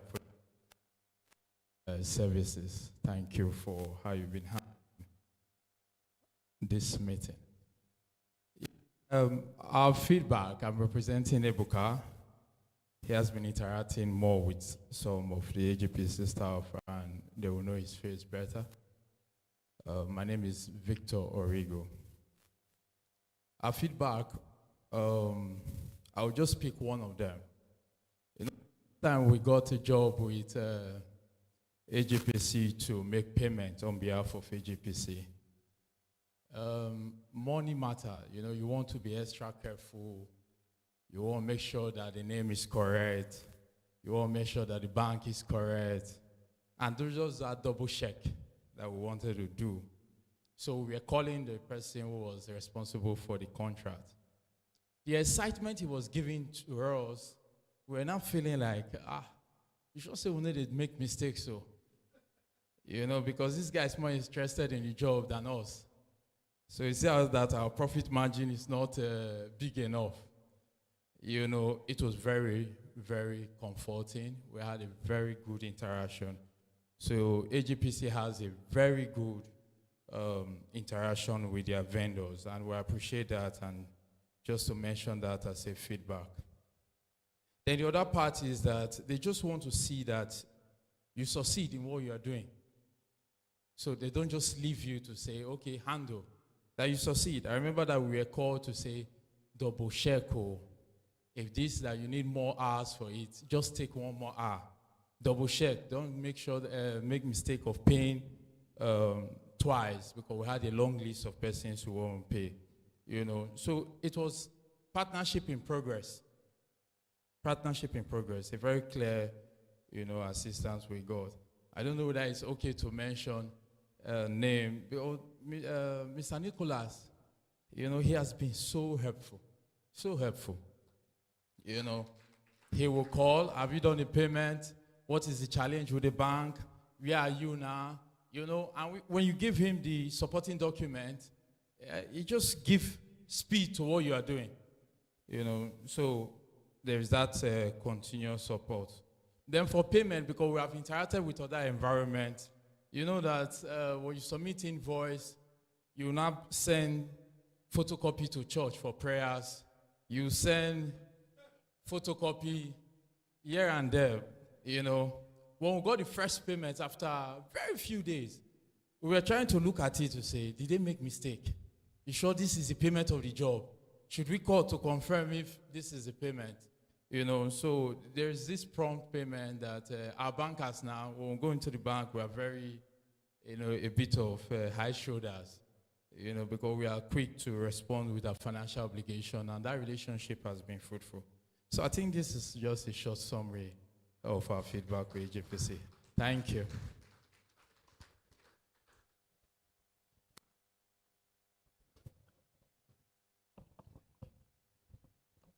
Right. Okay, we want to thank you, Arius Wave, for that speech. We want to recognize our managers. Okay, I think he has just stepped out, so maybe when he comes in, we'll recognize him. So we're moving on to the question and answer session now. So we've heard all the presentations, the wonderful, enlightening presentations by our AGPC staff members. And this is a time for you to seek clarifications for anything you don't understand in the course of the presentation, or something you had on your mind for you want to clarify about how we run our business. So this is the time for you to ask those questions. We have our executive management team member. We have all our managers all present. So we'd like to take your questions at this time. Do we have any questions? Lots of questions. All right, so we'll take them one after the other.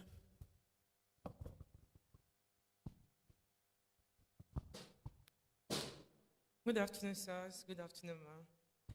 My question goes this way. If bid is sent to you on a Excel sheet, and when you finish bidding, you want to send it back to them, you decide to put your company logo on the Excel sheet, is it right? That is number one question. Number two question is, when bid is sent to you and the description of the item is not correct, when you send it back to the OEM gave you the correct description, and you decide to put the correct description on the Excel sheet, is it wrong? Thank you. Okay, so I can take that, sir. All right, so the first question you asked is if you put your company logo on the Excel sheet. I don't think there's anything wrong with that. That's number one. Number two, when you have a specification from the OEM, that's the right specification, yes, not the one we put in our bid. Yes. So what you do, we have what we call bid clarification. So Mr. Engineer Buki had mentioned in his presentation that you write to us that these are the specifications by the OEM.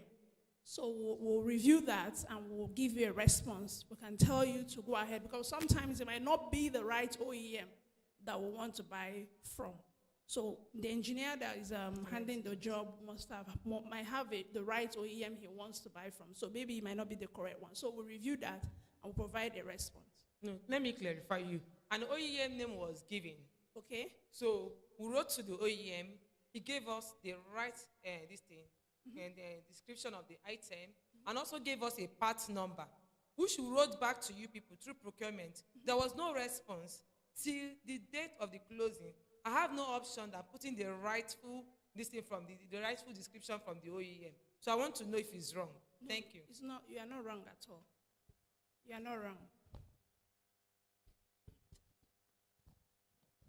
Maybe we missed that.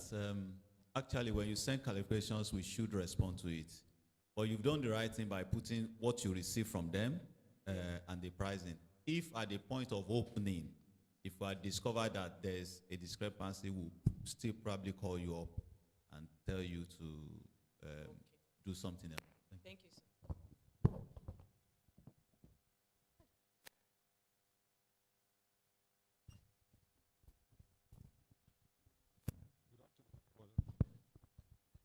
My name is Olu Chodika, presenting Port Lakes.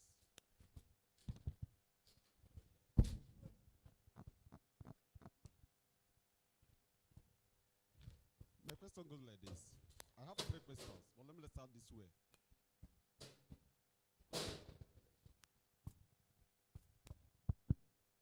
Good afternoon, ladies and gentlemen. Hello? Hello? Good afternoon, everybody. My name is Chris Olucho, the representing Pointless. I have 3 questions. 3 questions, please. Yeah, number 1 goes like this. Your company asked me to supply PPE under HSA. And I was asked to go to the site and show the sample to the HSC personnel. We went there, and she said no, that she don't want the ones we brought. I returned another one. She said this is the one she wants. But in our bid, that one is not what the company told us to bid. It's costlier than the one the company approved. So she called some of her staffs. They said, no, they don't want this one we brought. That you should see the one they want. So we wrote back to our company, to our mail. We mailed to them that look at what is happening in the site. And after about 2 weeks, they said we should go back and show them we want, and they rejected it. That we must bring the one they want. And in that bid, this one is costlier than the one you sent to us. So in that aspect, what do we do? That's number 1. Then number 2, when the local content person is talking about about local content procedures in Nigeria and the host communities, I listened carefully. What he said in Nigeria is not applicable in Asa North or Haji South field. Why I'm saying this is because we know that your company is fabricating pipes, which they will use in the site, Assad community. And nobody from that community is involved in what you are doing somewhere, either in Port Harcourt or in Lagos. I don't know why nobody from that community called Asa is involved in this fabrication of pipes and other things. Number 2, you talked about immerse certain jobs to community vendors. But I have not seen anybody from that community doing any job. You said you mark certain jobs. I have not seen. If there is, I don't know. I would really want to know. Then, AGPC. Since you came in, we have a GMO with you people. Even though now, apart from now that we are coming up with PIA or board, but before now, I don't know that you approved or awarded some jobs in our SAC community, the roads. And during that rainy season, they are doing as if, the contractor was doing as if they are serious. And my people are suffering in that road during that rainy season. Everybody going there. I can't drive to that place to my community, as I'm from Asa community. I can't drive from there, from Owerri or from Ohuba to Asa. Now, we have a dry season, and I was expecting that the contractors will be in the site doing the job. Since 2 weeks, we've experienced dry season. What is happening? That the place where you are doing your work or operating, and when we asked, the last time I checked, Obi, I hope you're listening to me now. The last time I checked, some said that they have not been mobilized. Some contractors doing that road said they have not been mobilized. I want you to tell us, with the community leaders from that community, what is happening? Why are you people punishing us? Why should our women, our mothers be punished? Because that is the road you are operating. All your loads are going through this road, and you decided to abandon them that way. Please, I want to know. I want to know. Thank you very much.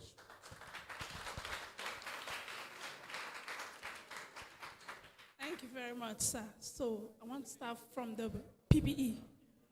On it. Okay. Don't worry. Let's organize it this way. For the PPE stuff, you've not yet submitted the bid when they were talking about supplying another type, I believe. Yeah, so that is the quality that they want you to bid for, because that is the quality other people will also bid for. So whether the price is high or not, until you have submitted your pricing, there's really no consideration. For instance, if you get to the place and you thought we were going to ask you to submit bid for this jacket, which is 20,000 naira, and then at the end of the day, we showed you this jacket, which is about 50,000 naira. That is the quality we want. You understand? And that's the price you give us. Every other person bidding for it too are going to bid for the same thing. So no problem yet until you have submitted a bid. Am I clear on that, sir? Okay.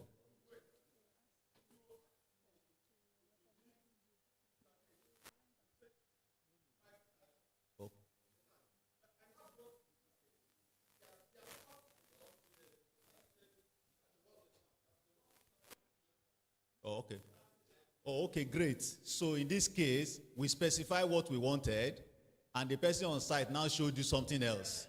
Oh, okay, great. So let Engineer Shola tell us what happened in this case.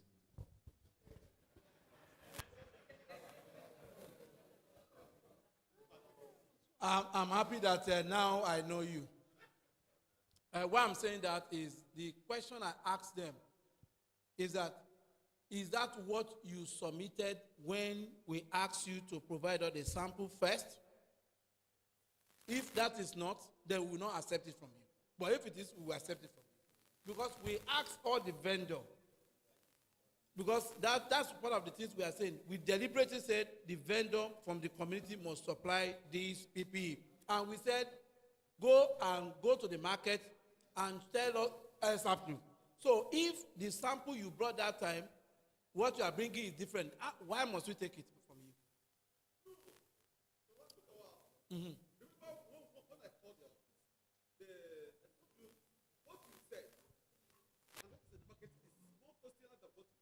But it's not the price that we are looking at. Look at what my colleague said. It's not the price. So no, it's your own quality, but it's not. See, there are different angles. Let me explain to you, my brother, so that we will not. Let me explain to you so that you will understand what it is. Yes. There are various angles. There is one for chemical. There is one electrical, and so on and so forth.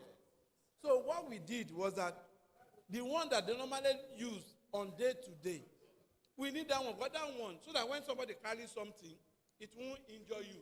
Absolutely. So when your complaint came, what I told them is that, is it what the vendor supply as a sample? Yes. If it is not, then but if it is, please accept. That's what. Okay, so what is going to happen is that if that is what you supply, maybe you have been to the office, you know the office now. Yes. Let me see you on Tuesday. Tuesday I will in Port Harcourt.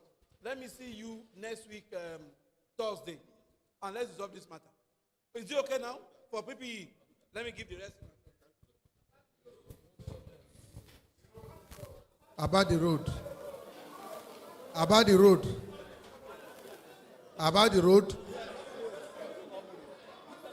About the road. I want to know which one I should answer first. God gave me 2 ears, but I'm hearing from 20 people.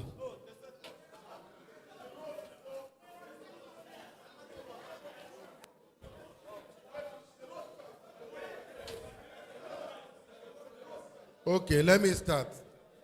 First and foremost, you said you are not sure that there's any contract being awarded to community contractors. You said that. The same you said some community contractors are constructing the road, correct? So, no, wait now. Let's solve it.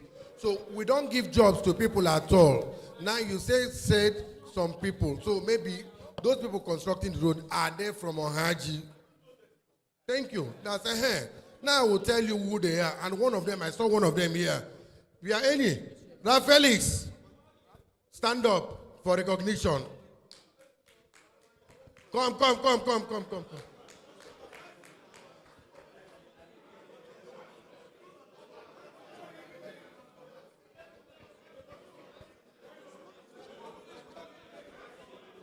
Okay, please, where is your village? Where are you from?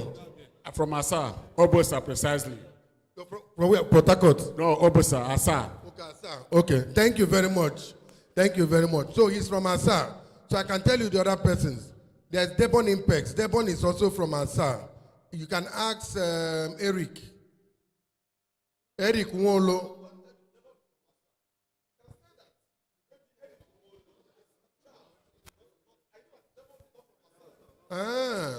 Okay, after you check, I'll show you records if you want. But let's. Okay. All right. So on the other hand, let's respond to the. Let me respond to the road. So on the issue of the road,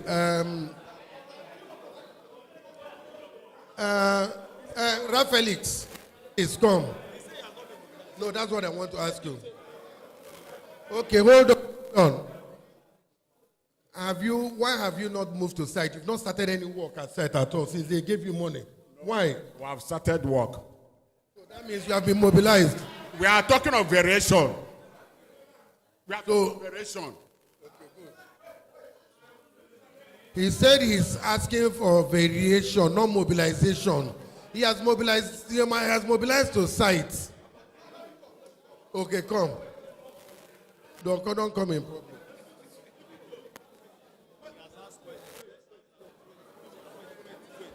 No, you don't say. You mobilize the point.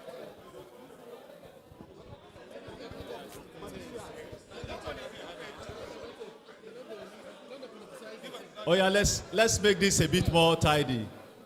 And I think, hello.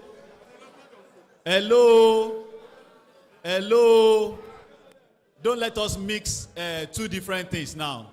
Don't let's mix two different things. And I think Obina has done justice to the question. Are we with me? Okay, great. In terms of the road construction, we have awarded that road to 3 contractors whom we believe to have very strong community affiliation. 3 different personalities that are from the community. One of our contractors is standing here. What's the name of your company, sir? Raphaelix Dynamics Global Limited. Beautiful. Your scope, sir, which of the road are you doing? Ohuba Oboshima Road. How many kilometers, sir? 9 kilometers. He's handling the 9 kilometers. If you do not see him on site, it's only one problem. It's a contractual problem. The contractors were giving money advanced to come to site. How many percentage were you giving, sir, to advance? We are giving to 30%, if I'm not mistaken. 30%. You are mistaken. It's not up to 30%. You can see how generous he is, even to us. We gave him 15%, I think. Abi? Yeah, we gave him 15%. Hold on, sir. Hold on, all. Hold on, all. Okay. So, are you listening to me, sirs and mass? Can I talk again? We have paid the contractors certain proportion of the money to enter site to work. But they came back and said, we have started to work, but prices of things are going up, and we can't continue in that trend. How many of you have noticed that prices of things are going up? How many of you agree? Beautiful. All of you agree. Yes. And so, they then approach us. You need to increase this money. But there's none of us sitting here that can take the decision alone to add 1 naira to any contract. Do you understand what I mean? You run companies. Your secretary cannot, on his own, increase money of contract that you have given out. Is that correct? So we have been going through processes, trying to see where we can support them. If I ask Raphaelix now, he will tell you that we have written them that in this week, we are going to close that out. We are going to be able to tell them what support we are willing to give them. When you sign a contract, you need to live by the terms of that contract. We are not under obligation to increase the money. But all the same, being a very responsive organization, we are willing to listen to them, and we are going to support them in the course of this week. So, just to clarify, we did not pull off the contractors from the road. The contractors left the road on their own, trying to put pressure on us to increase the money. But AGPC is aware of the suffering of the people there, and we are trying to get them back to the road. So that's that about the contract on the road. Obin also told you, which one again?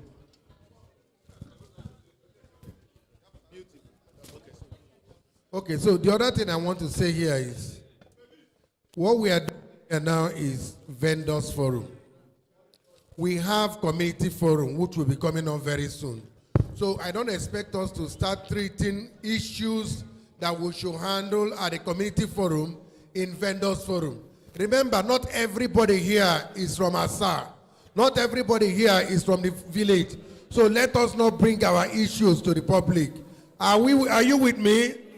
Are you with me? So the GMOU thing you talked about, we'll handle it at the community. But there's something I also want to beg Asa people. We have been waiting for Asa to give us their CMB list. I don't know. Do we need to talk to Hope? No, so let's leave it at community level. But just for you to know that we are still waiting for you. Thank you. And that is what is delaying so many things. I hope you know. Thank you. Okay, thank you. Is there any of your questions that I will not answered? All of them are answered. Thank you.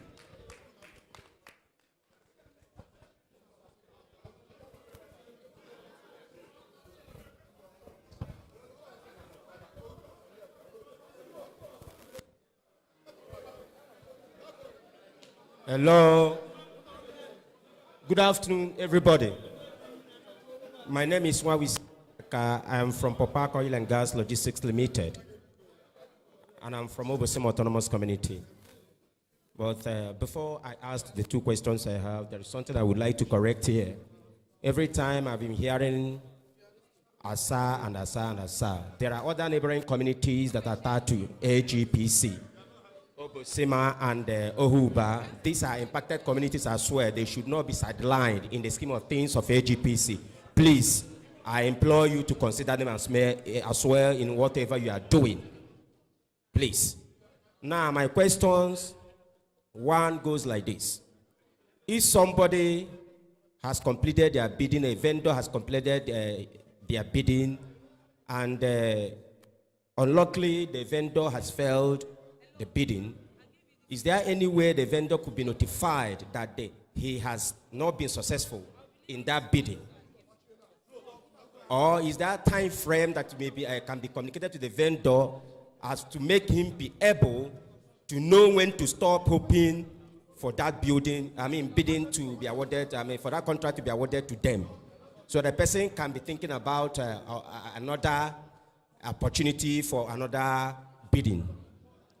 Then my second question goes like this.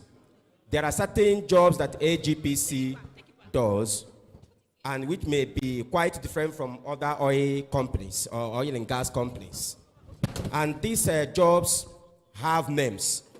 Is there any way you could help us to enlist or give us the list of these jobs so that we can know how to follow up our permits each time we want to secure our permits, so that we can secure our permits based on these jobs, instead of going to secure wrong permits or permits that do not cover your own job? Please.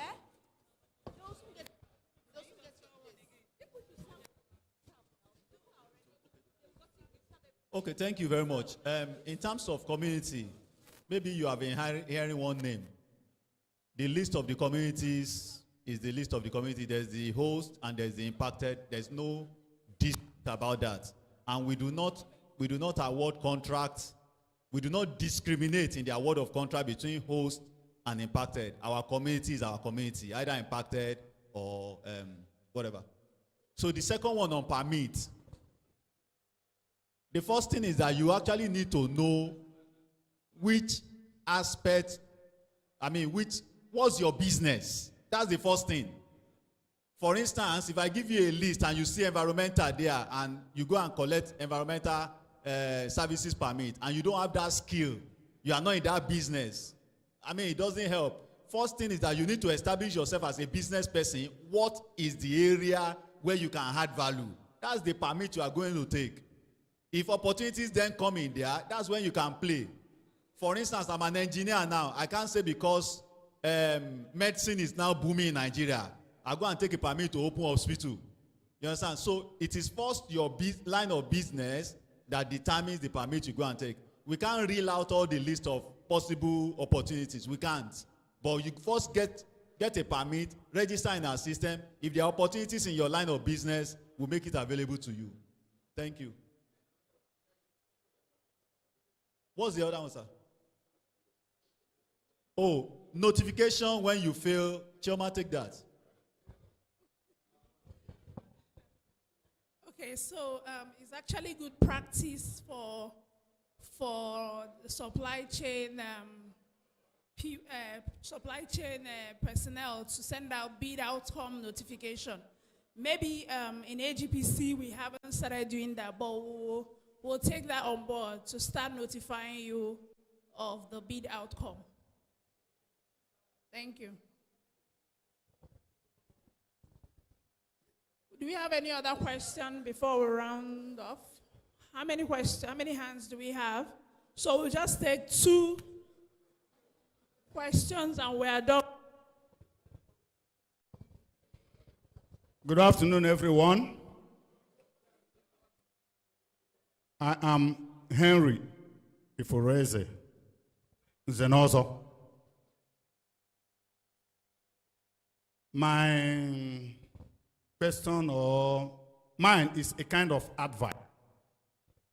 1, AGPC is saying they want to collaborate with the host communities and the impacted communities in developing them, partnering with them. I am suggesting to AGPC to leverage in the provision of the NCD board. There is a provision where they said they will give loans to community contractors. If AGPC,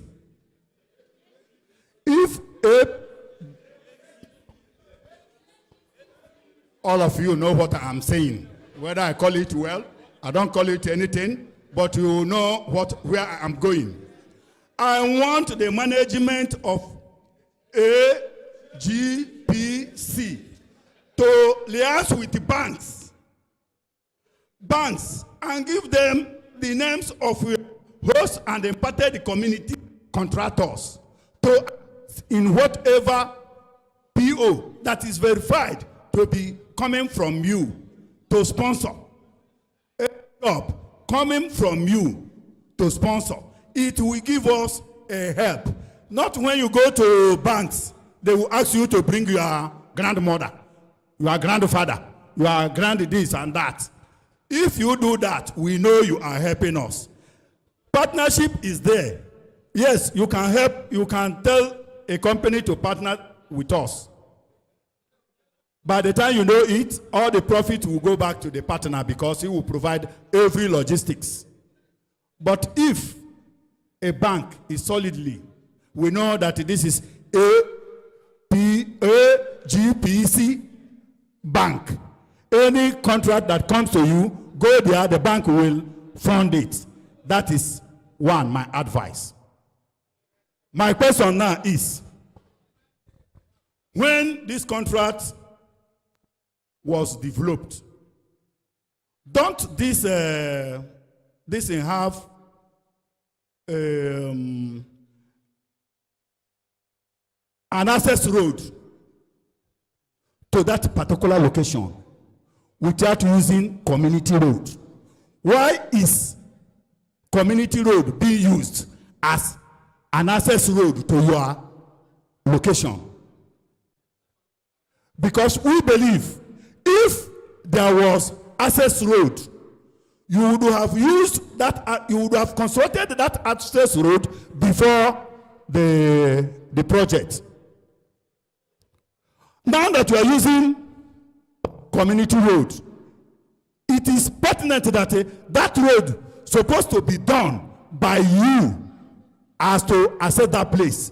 That road was not as bad as you are using it now. With your heavy trucks, everything, you destroy it the more. And you don't have access road. Because sooner or later, we shall take it back as our community road. And we will prevent you from accessing it. Go and construct your own community. Go and construct your own access road to that particular place. Let us know whether you will fly. Thank you. Thank you very much, sir.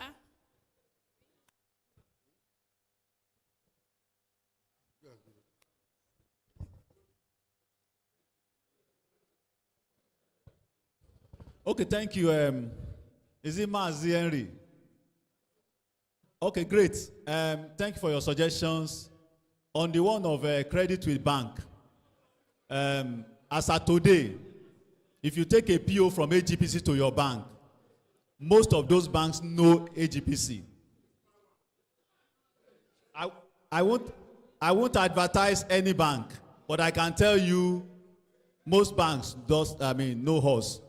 If you have a verified PO from us, they can support you. The only thing that may hinder you is your own personal credibility. If you are unable to demonstrate that you can take credit and do well with it, that's the only thing that can do. Thank you. So we are taking the last question for the day.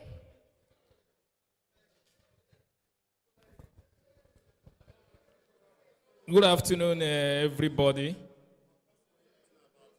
I want to thank the management of AGPC for the privilege they have given for us to have this sensitization program.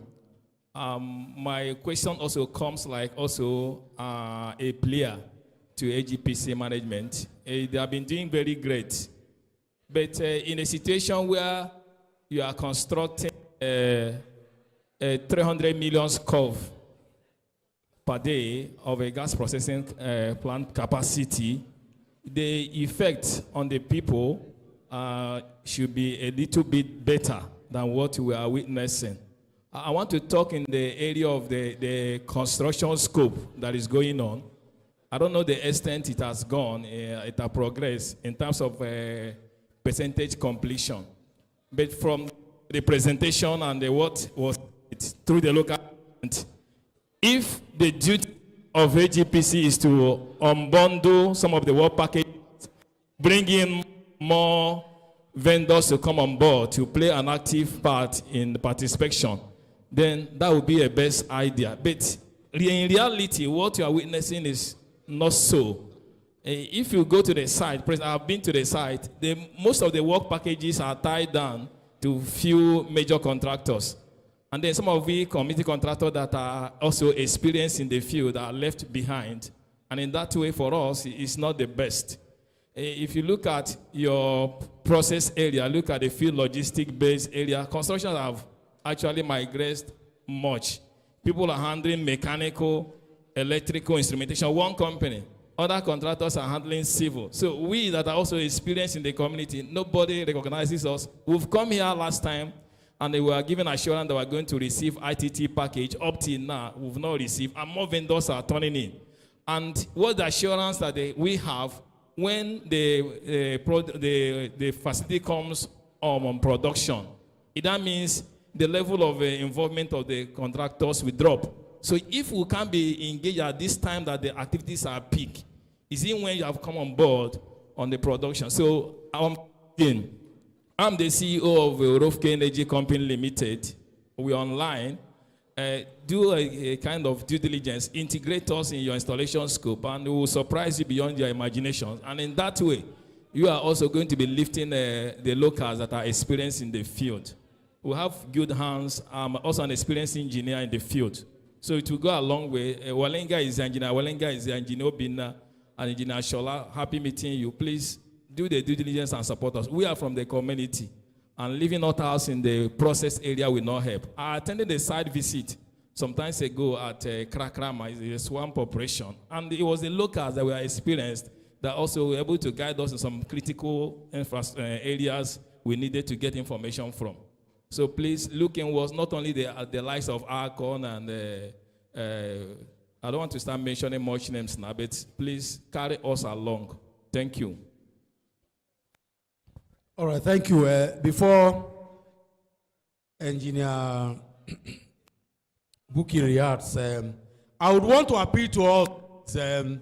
We have too much of distractions here. Can we please pay attention? Everybody outside, can you please come in? Come into the hall so that we want our GM Musi give us his closing remark. Can we ask our friends outside to come in, please? And let's have your attention here. Please, please, please. CLO, can you talk to those outside to come in?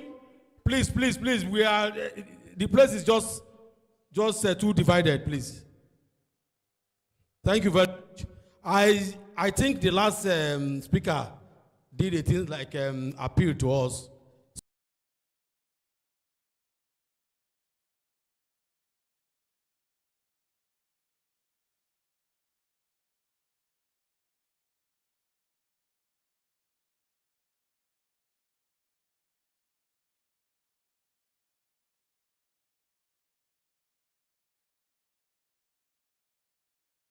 The next item is almost even the last item on the agenda is closing remarks by our manager, general manager, technical engineer Walter Wellinger.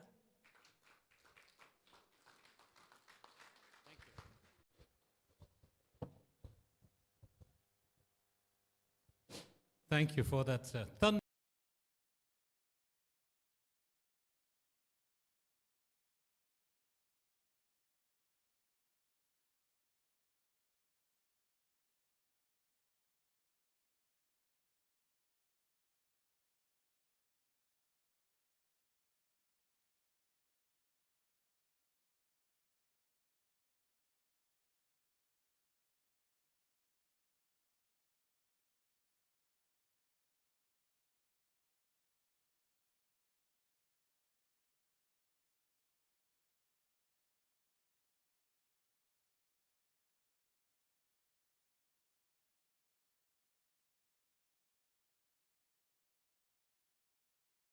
Of the program, but I did hear all your very interesting questions, so thanks for that as well.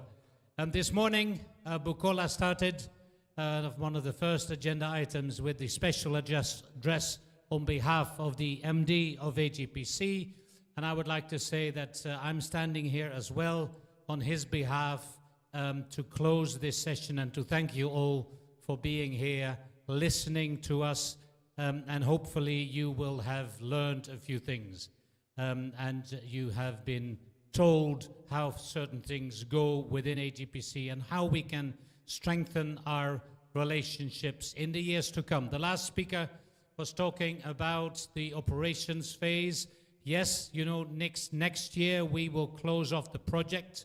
There's still quite a bit of work to be done till then, and there may be some intermediate opportunities for your companies too then. But let me really highlight that during the operations phase, which will last for 20-25 years, there is going to be lots of opportunities again.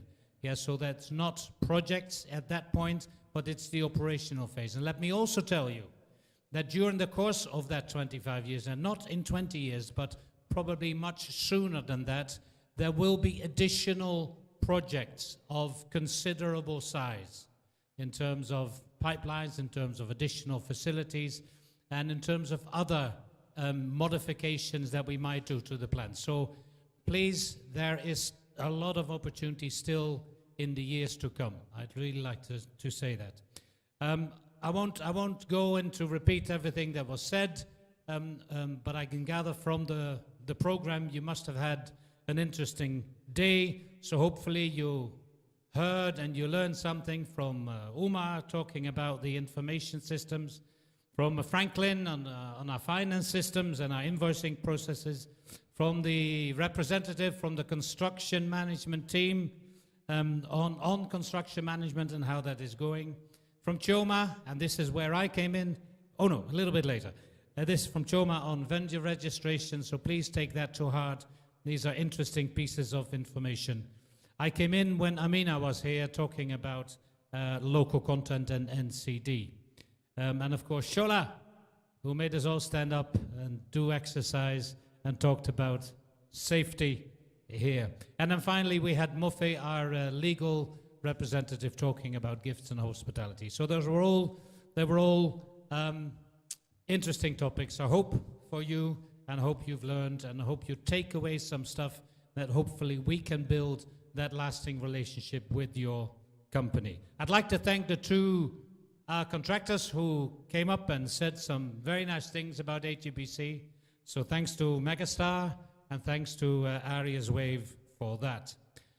So that, I think, concludes the day. Of course, thanks to everybody who organized it all, made it all happen. Greatly appreciated.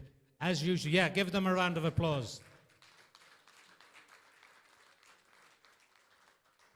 Like last time round, the IT and media coverage and audio-visual setup, quite impressive. So thanks very much for that. So let me just conclude by repeating again that we really hope to do business with a lot of you, and that there are opportunities and there will be opportunities going forward for the years to come. And hopefully we can have a similar session next year. Thank you all.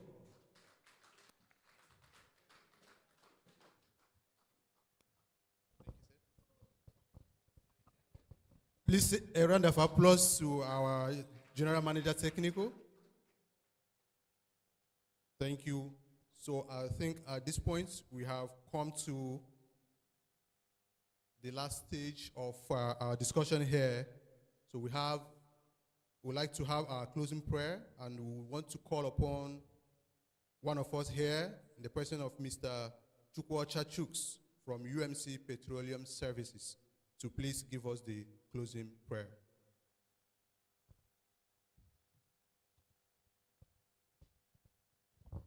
Shall we stand and pray, please?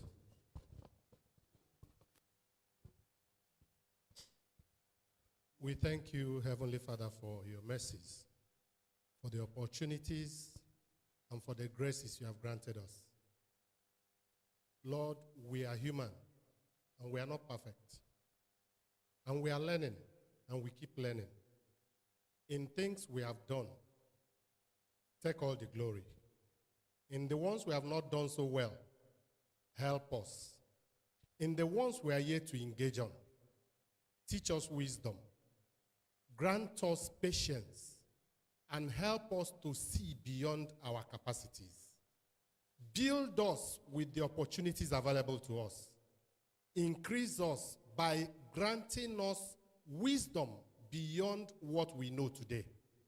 For the staff of AGPC who keeps rubbing minds with us, opening up opportunities, and doing things to affect the community where they are operating in, we ask that you protect them as they run along the road. God, that you will keep them as they walk in sight. Safety will be all over them. And for those of us who go to support them in the sight, Lord, let your mercy rest on us, that we will be protected from harm. We give you all the glory as we keep learning this new culture of effective work and careful study of processes, that we will achieve set goals and deliver on our commitments. Thank you, everlasting Lord. We give you all the glory, for in Jesus' name we have prayed.